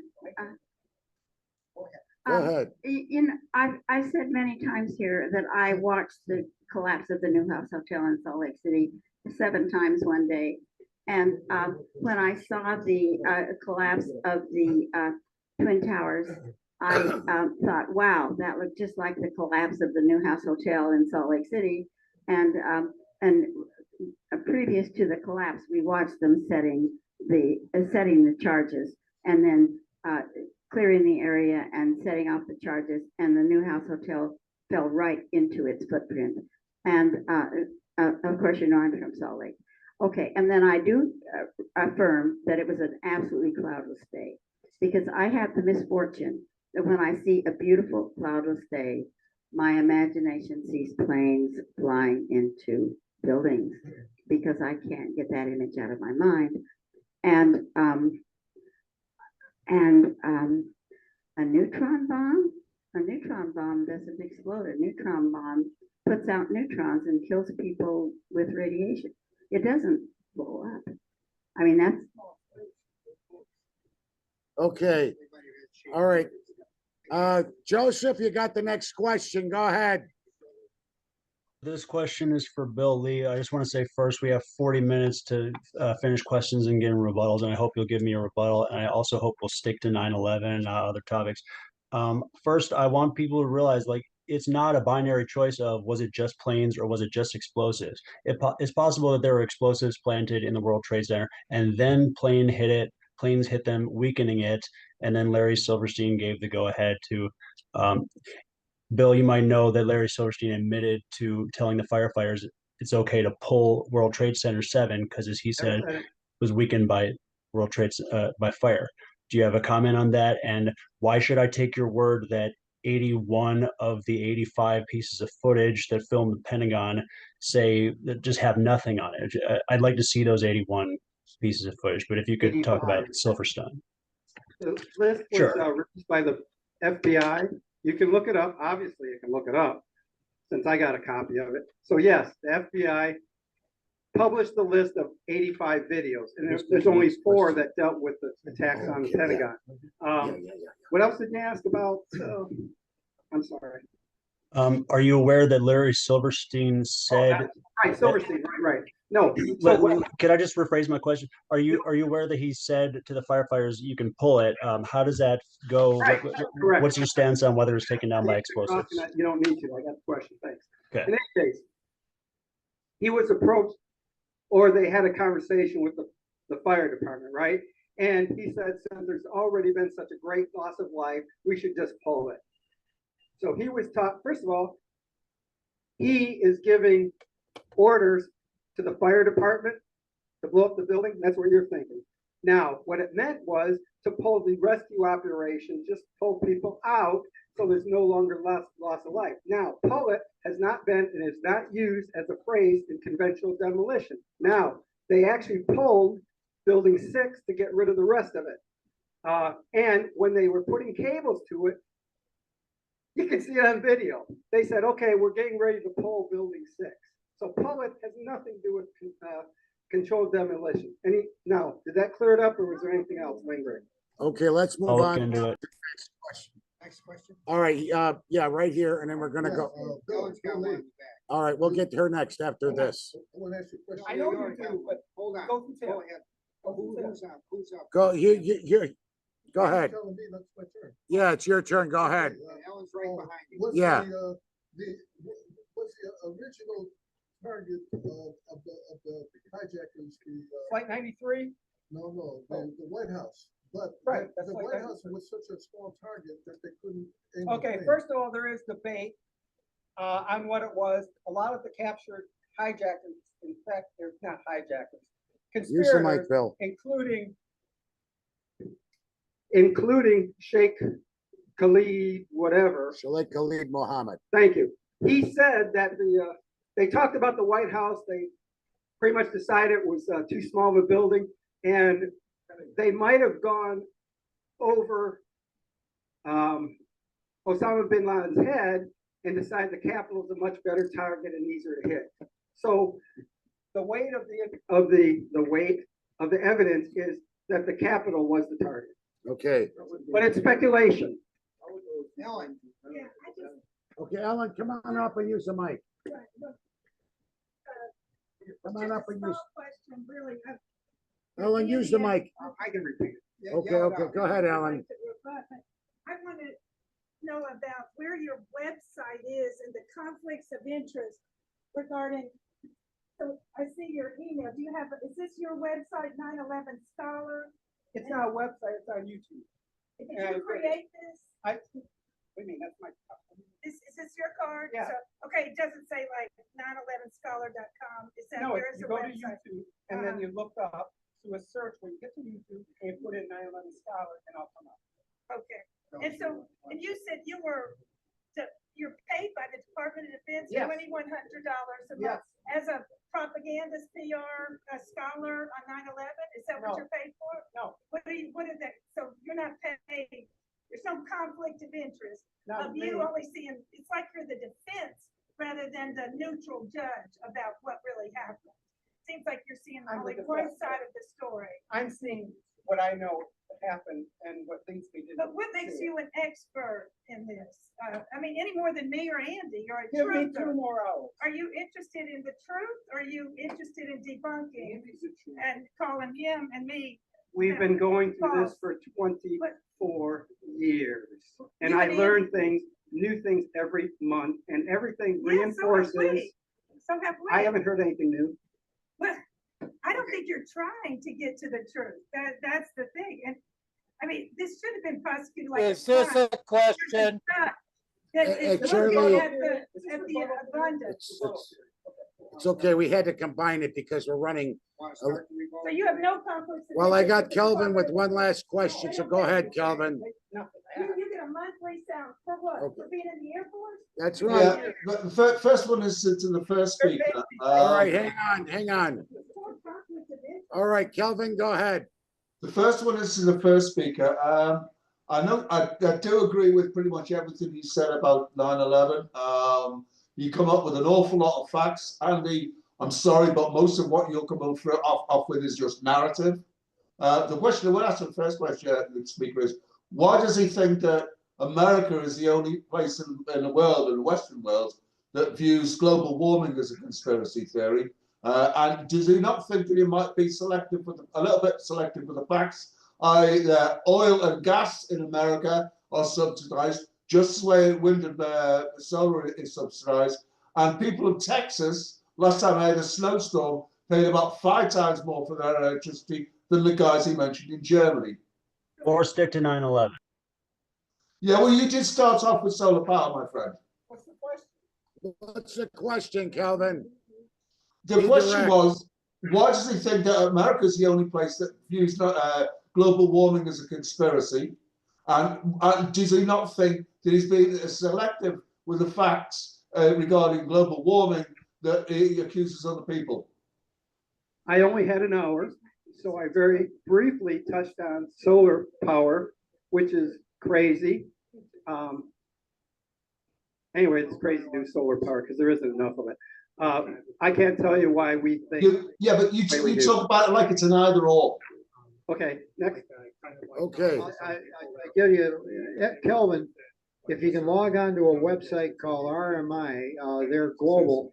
RMI is Rocky Mountain Institute. They've just published another study, a collective study showing that solar and wind power are now the cheapest forms of energy on the planet, cheaper than fossil fuel virtually everywhere. And big, large batteries are being developed to back up cities. No, they're being developed all the time, but they're already being used by cities and companies to back up their solar and wind.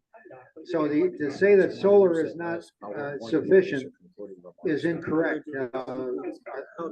1,000 times more light bulb, 10,000, it's 10,000 to 1.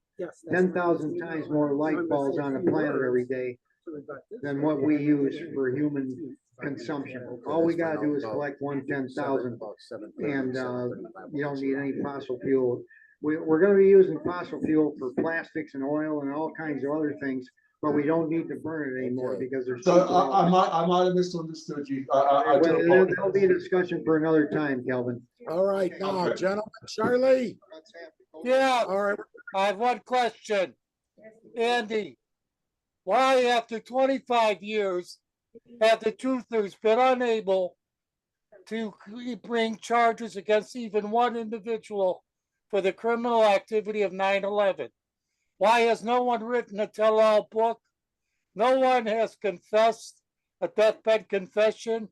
No one's been offered a deal to confess and tell the truth about all the others. Complete absence Charlie? Can I of answer any the question? legal action to date. You asked me to answer the question. Let me give you the answer. Nobody is going to come forward and say we participated in murdering 3,000 Americans. Plea bargain. Plea bargain.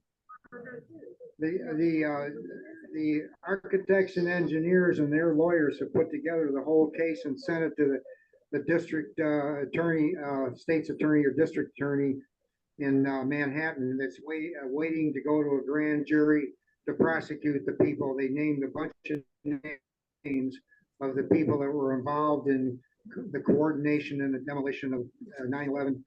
and it's waiting, to be heard by a judge or grand jury. I So checked the case has website been- and the All right. only case has evidence been they be say, prepared, Charlie. I checked the website and the only evidence, I checked the website and the only evidence those lawyers said they had was a video. No, that's incorrect, Charlie. Yes, All right. You have to I'll read it. research it more. We're gonna have Okay. rebuttals from other people. All right, enough said. We're gonna go to rebuttals, which are gonna get less than a minute and a half because we are so short on time. I know I asked Andy to come in because he did want to rebut, and I think it was just because he was on most of Bill Lee's videos. I thought it was good. Okay, Joe, you got about a minute and a half. Okay, I wish I had much longer. So yeah, like I said, I think it's planes and explosives. I think there's a Fox News report. I don't agree with everything Fox News ever said, but Carl Cameron submitted a report for Fox News in 2001 where they found that Israeli agents were posing as art students, movers, and selling toys in malls in Florida. And one of these art groups was called Gelatine, and they are the group that allegedly planted explosives in the World Trade Center. Possibly unrelated, there was a woman named Eridania Rodriguez, who's a cleaning lady in the World Trade Center, whose body was found stuffed in an air conditioning vent on the 11th or 12th floor about 3 or 4 months before the World Trade Center. Charlie is asking, why didn't any employees in the towers say they saw something suspicious? Well, I think that there's a dead body, suggests that maybe she saw someone who's planting explosives. You think? Okay, don't please. I have 90. Please don't interrupt me. I have 90 seconds. You think? Go ahead. Yeah, so it's like talking about 9/11 without talking about David Ray Griffin is like talking about the Bulls without Michael Jordan. We're talking about 9/11 without talking about Israel. Have you ever heard of the dancing Israelis? The possibility that they were 4 to 5 Israeli spies working for Mossad posed as employees of the group, a company called Urban Moving Systems out of New Jersey. Officer Scott DiCarlo gave written testimony saying that he arrested these individuals, and they had box cutters, they had maps with highlighted routes of World Trade Center, including the World Trade Center highlighted. They had socks full of thousands of dollars. And they were secured back to Israel without extradition, without criminal charges by Alan Dershowitz, who's a friend of Jeffrey Epstein. This whole thing is a cover-up for how Israelis have been spying on this country for at least 30 years. And the proof of that goes back to Jeffrey Epstein. Jeffrey Epstein is friends with Prime Minister of Israel. So is Larry Silverstein. It all lines up. Okay, that's good. All right. Jake, you got 90 seconds. Jake, you got 90 seconds. You're on. You gotta unmute, Jake. You gotta unmute, Jake. Okay, can you hear me? Can you hear me? Seconds. Yes. Okay, can you hear me? Yes. Okay. First of all, the notion that Israel is behind is psychotic. Why would Israel attack its best ally? That makes absolutely no sense. Number two, what was I going to say?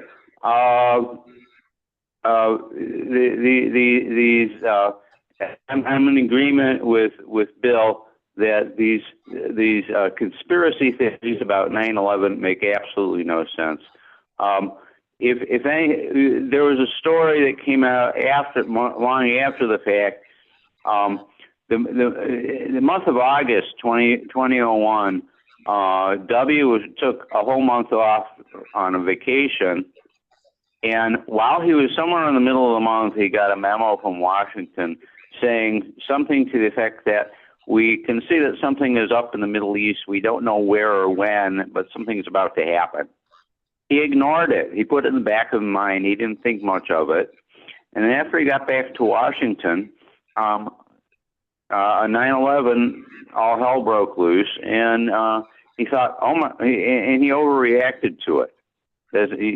Instead of what he should have done is taken it seriously. If he had taken it seriously, the thing to do would have been to say, okay, we got these stray planes, put the Pentagon on high alert. We got these stray planes in the air that no one can account for. Shoot them down. All civilians on those 3 planes ended up dying anyway. That would have prevented the war. Instead, he allowed it to happen, and then we went to war after the fact. That's my reading of it. Number 3, If W had been behind it, it wouldn't have worked. He didn't know what he was doing.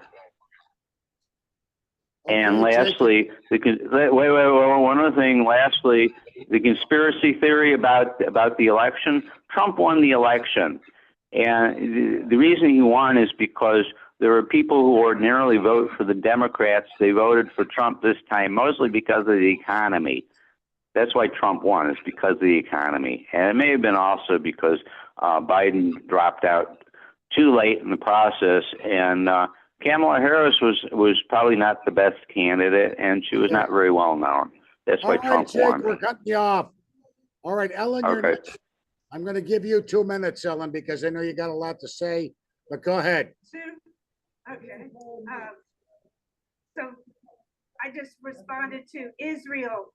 The latest research has shown, Laurent Guillenot, that Israel did have a key part in this. And that's, and the JFK assassination. Psycho. Go ahead. And you have to investigate this like a crime. The one thing our FBI and our Justice Department has not done, and admittedly, and they have blacked it out. Look at it like, any crime, if the judge and the jury and the prosecutor just refuse to take the case, there's something corrupt and wrong about the thing. It's never been investigated. It was, the means and motive was to go to war against the Middle East, as they told the head of NATO. They said, the first day, the guy, what was his name, Andy, that they told the head of NATO that the plan is to take all 7 states in the Middle East.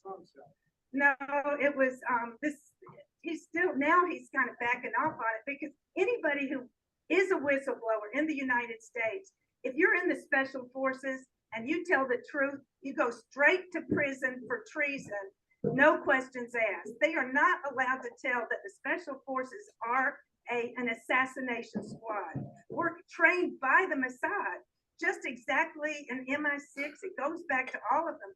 But they come here and they train our police department to do torture and to torture people if they do tell the truth. That's why, and actually 5 years, for 5 years, I haven't been allowed to give a talk here. Just this February, I said, Charlie, can I give a talk on conspiracy theory? No answer. I also wanted to give a talk on Burge and the torture and what I've learned from investigating this as an outside neutral investigator. No, it's already been done. All right. It makes you understand how easy it is for the editor and the FBI and the corrupt judge and the corrupt national security state, which was formed in 1947, the National Security Act, by Reinhard Gehlen, Hitler's head of intelligence and treason, to not investigate, to bring about the Fourth Reich. And that's why FBI agent, Charlie told me he was an FBI agent. The first time we talked, he goes, I'm an FBI agent, are you? There's millions of Zionim Mossad agents who are paid to lie, and that's who I would assume you are. If you're being paid, I'm not being paid. If you're paid, you shouldn't be on the jury, you shouldn't be the prosecutor, and you certainly are not a scholar or an expert. Okay. Psycho. Jake. Psycho. Okay, all right. Charlie, I'm gonna give you, you're gonna be the last rebutter. I'll give you 3 minutes. Oh, yeah, I just want an explanation. My favorite assertion of the 9/11 truthers is the airplane in Pennsylvania. And they maintained that it didn't crash, but I guess it landed. I like this one. It landed in Cleveland. All the passengers were taken off and given, against their will, immunity, presidential cover. This is how strange and bizarre some of these explanations are getting. They're put in protective custody and can never see any of their other relatives or friends again in their lives. This is straight. This is an explanation. Thank you. Anyhow, thanks a lot, guys. Good talk. Please come again. Thanks, Charlie. Final remarks by Bill Lee. That is me. All right. As you see, certain people are emotionally invested in the So Okay, a few things I'll just say about what was said. My favorite conspiracy theories of September 11th, and this gentleman over here who gave a rebuttal mentioned it, which is great. The Payne Stewart, he was a golfer. He flew out of Orlando. He was going to go to Dallas, but the plane went straight to South Dakota and it went into the ground from Florida to South Dakota. Now, CTers, what they say is it only took 20 minutes for the Air Force to intercept this little Lear jet. Okay.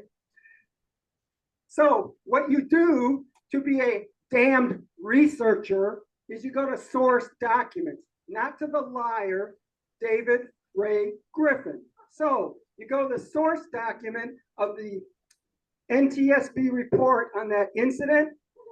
He crossed from the Eastern time zone to the Central time zone. So it's actually an hour and 20 minutes. People don't know that because they don't look at the source document. The other thing, the dancing Israelis. Okay, so there's 5 of them. They're in a moving company with a white van. Yes, they were watching and videotaping the burning towers. Later, so there was a lookout for them because they looked suspicious. 5 Israelis working for a moving company. They were stopped in New Jersey by a state trooper, okay? If you look at the damn police report, the source document, which a damn researcher would do and not rely on the liar, David Ray Griffin, you would see the police report. What?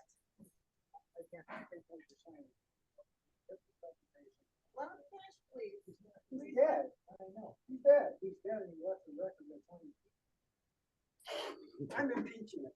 Okay, whatever. You call whoever you want to. Okay, next.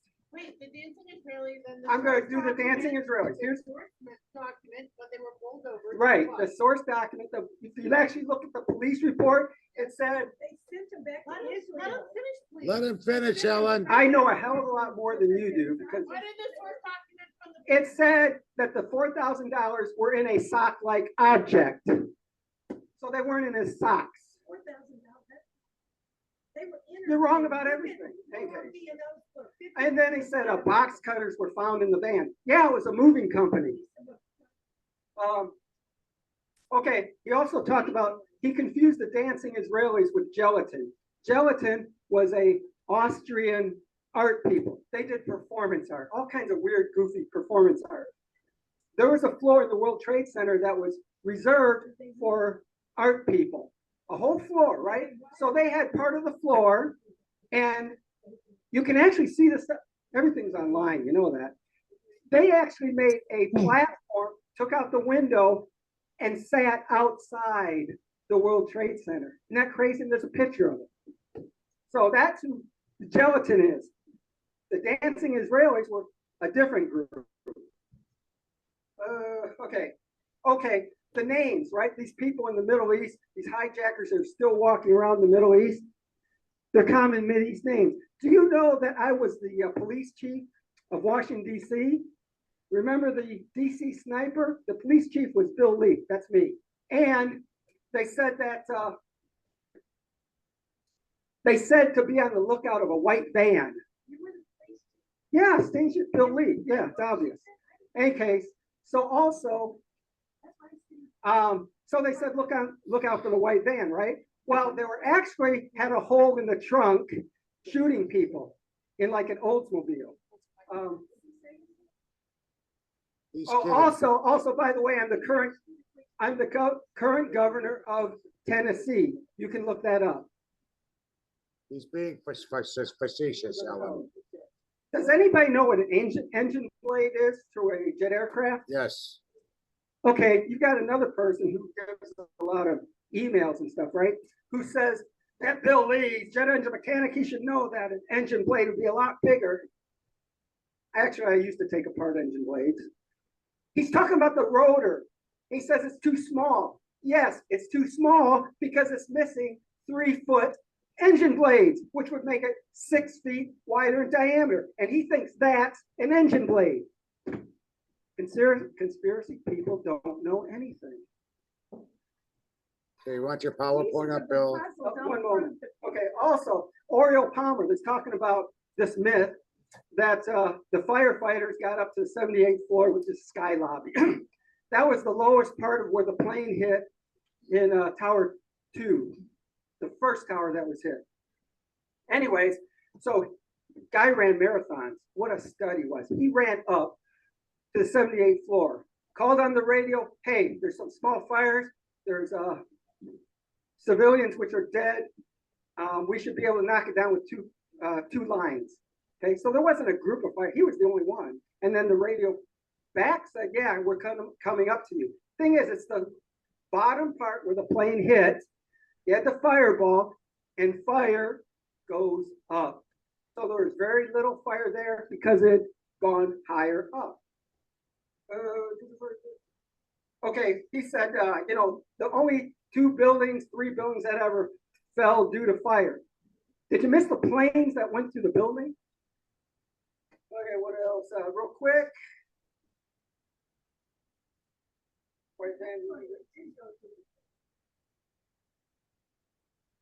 Okay, yeah.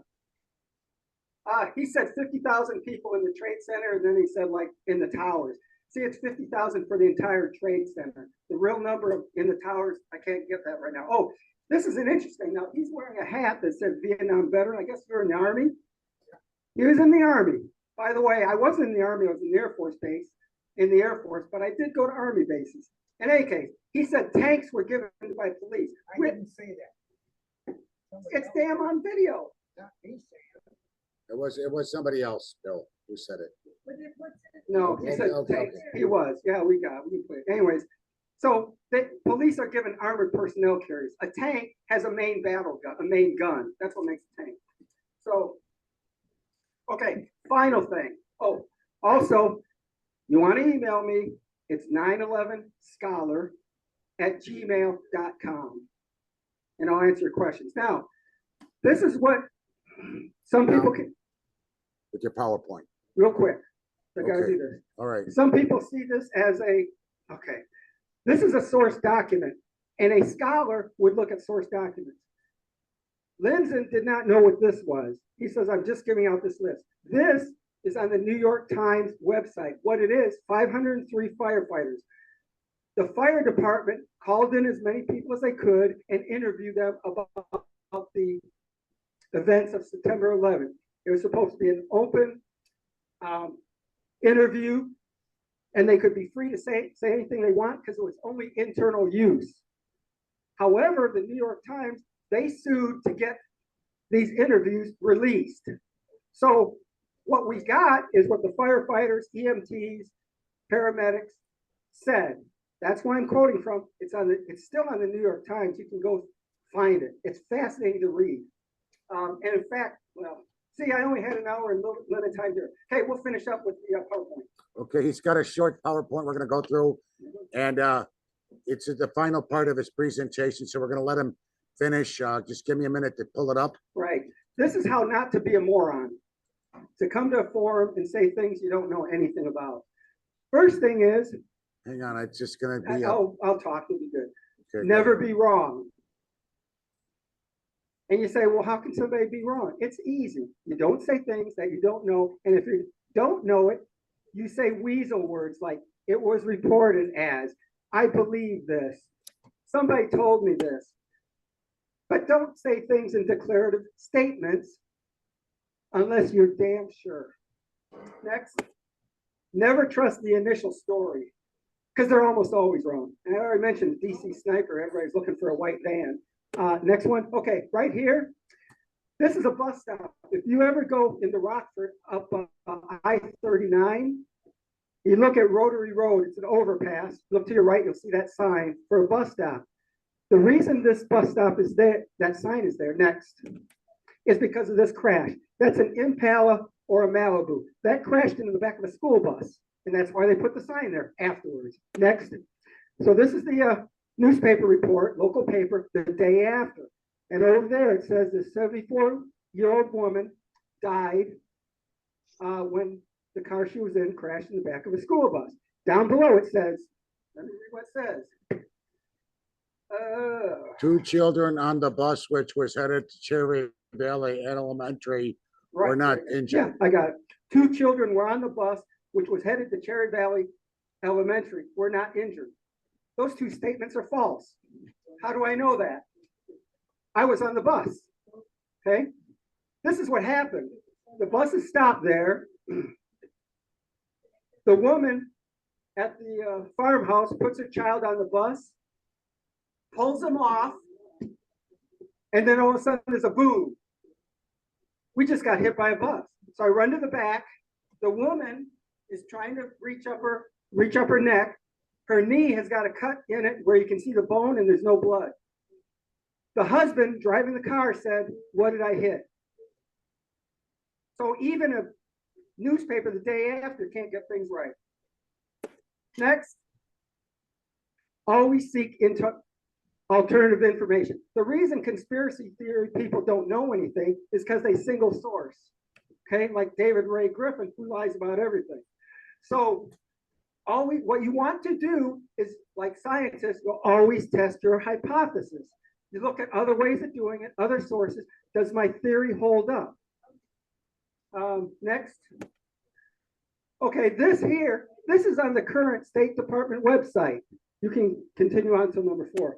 So this is currently, I just got this like the other day, this last week, that's on the State Department website, which was originally published it was originally published on August of 2002, almost a year after the event, and they're doing this stuff. The South Tower was hit at 9:59. At 10:03 is when 93 collapsed. Next, 4:10, Building 7 collapses. No, it collapsed at 5:20. A year later, they still have this. 9/11 commission for it. Can you believe they actually had, oh, don't forget, book,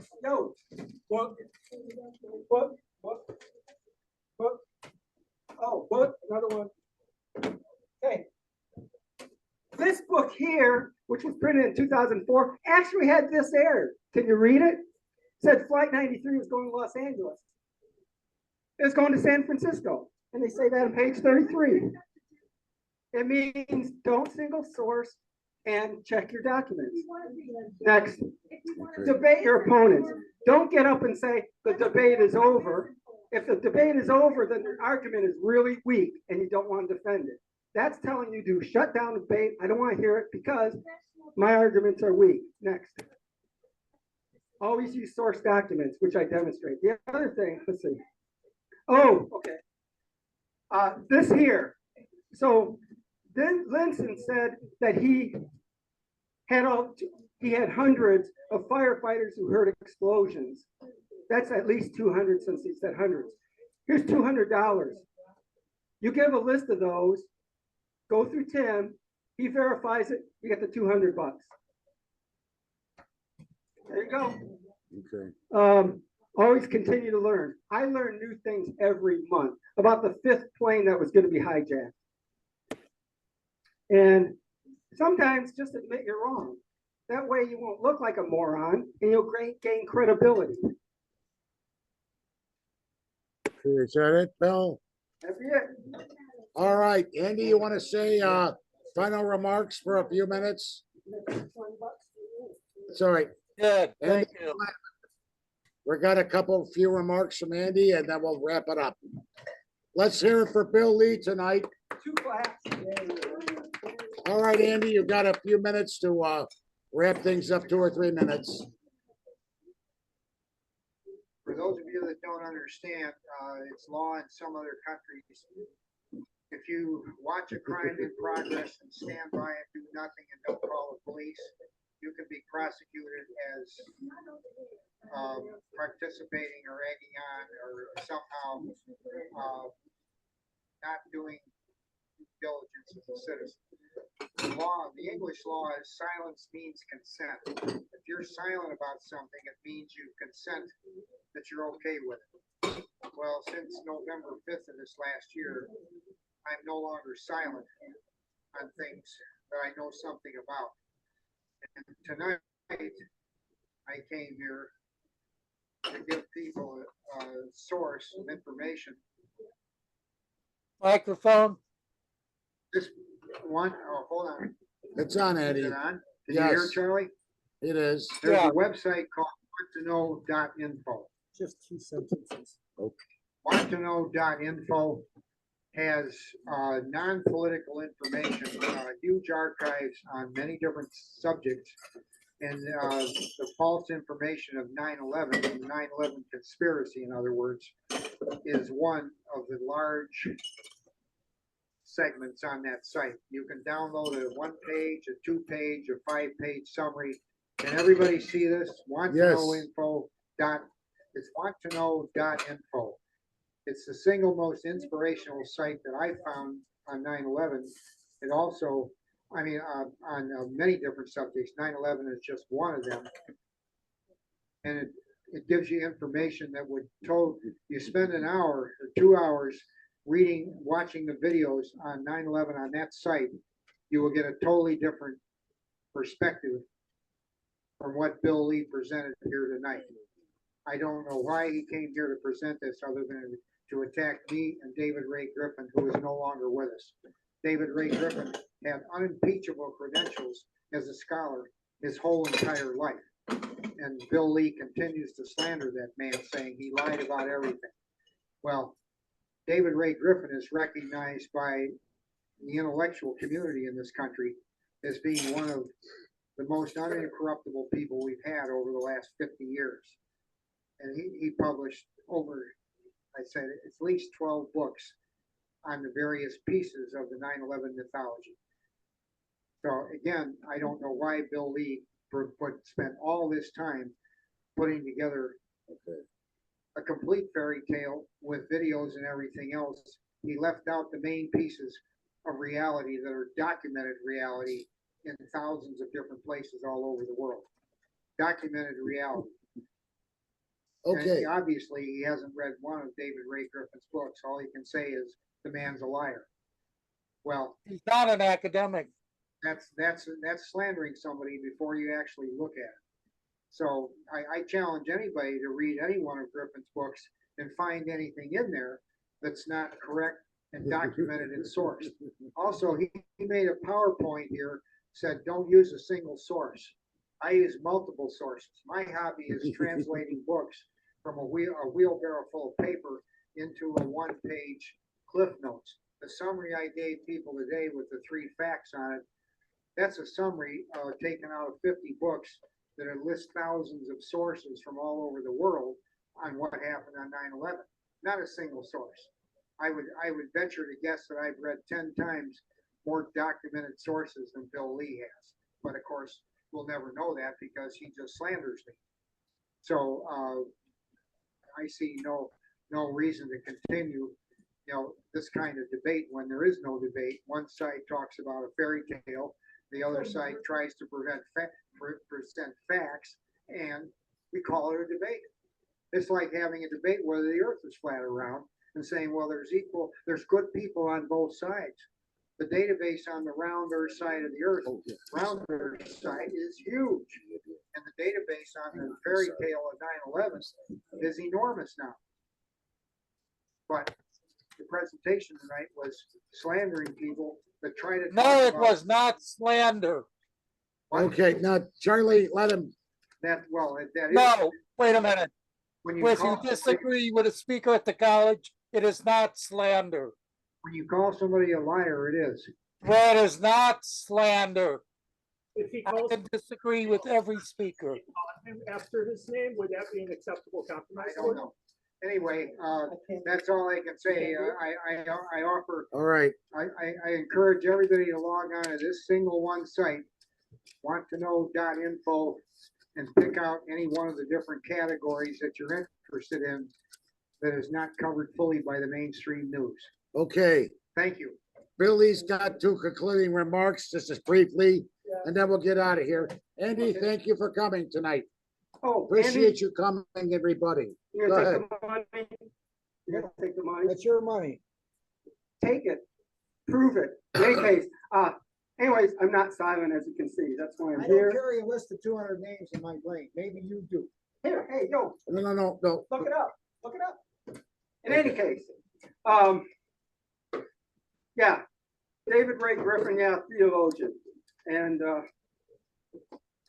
I'm not angry, I'm exasperated that we deal with. Like, really, after more than 20 years, we still don't know anything. Quoting Mr. Anderson, he considers that a hit job. Somebody quotes me, I'd be flattered. And as you know, why I didn't cover a lot of stuff? I even went over an hour and I only covered half of it. So there you go. Yeah, I read plenty of DRG stuff. But I took it out of the library because I'm sure not going to buy stuff out of the libraries. Okay, now, go ahead and adjourn us, Bill. College of Complexes is adjourned. College of Complexes is adjourned. Go home, go to bed.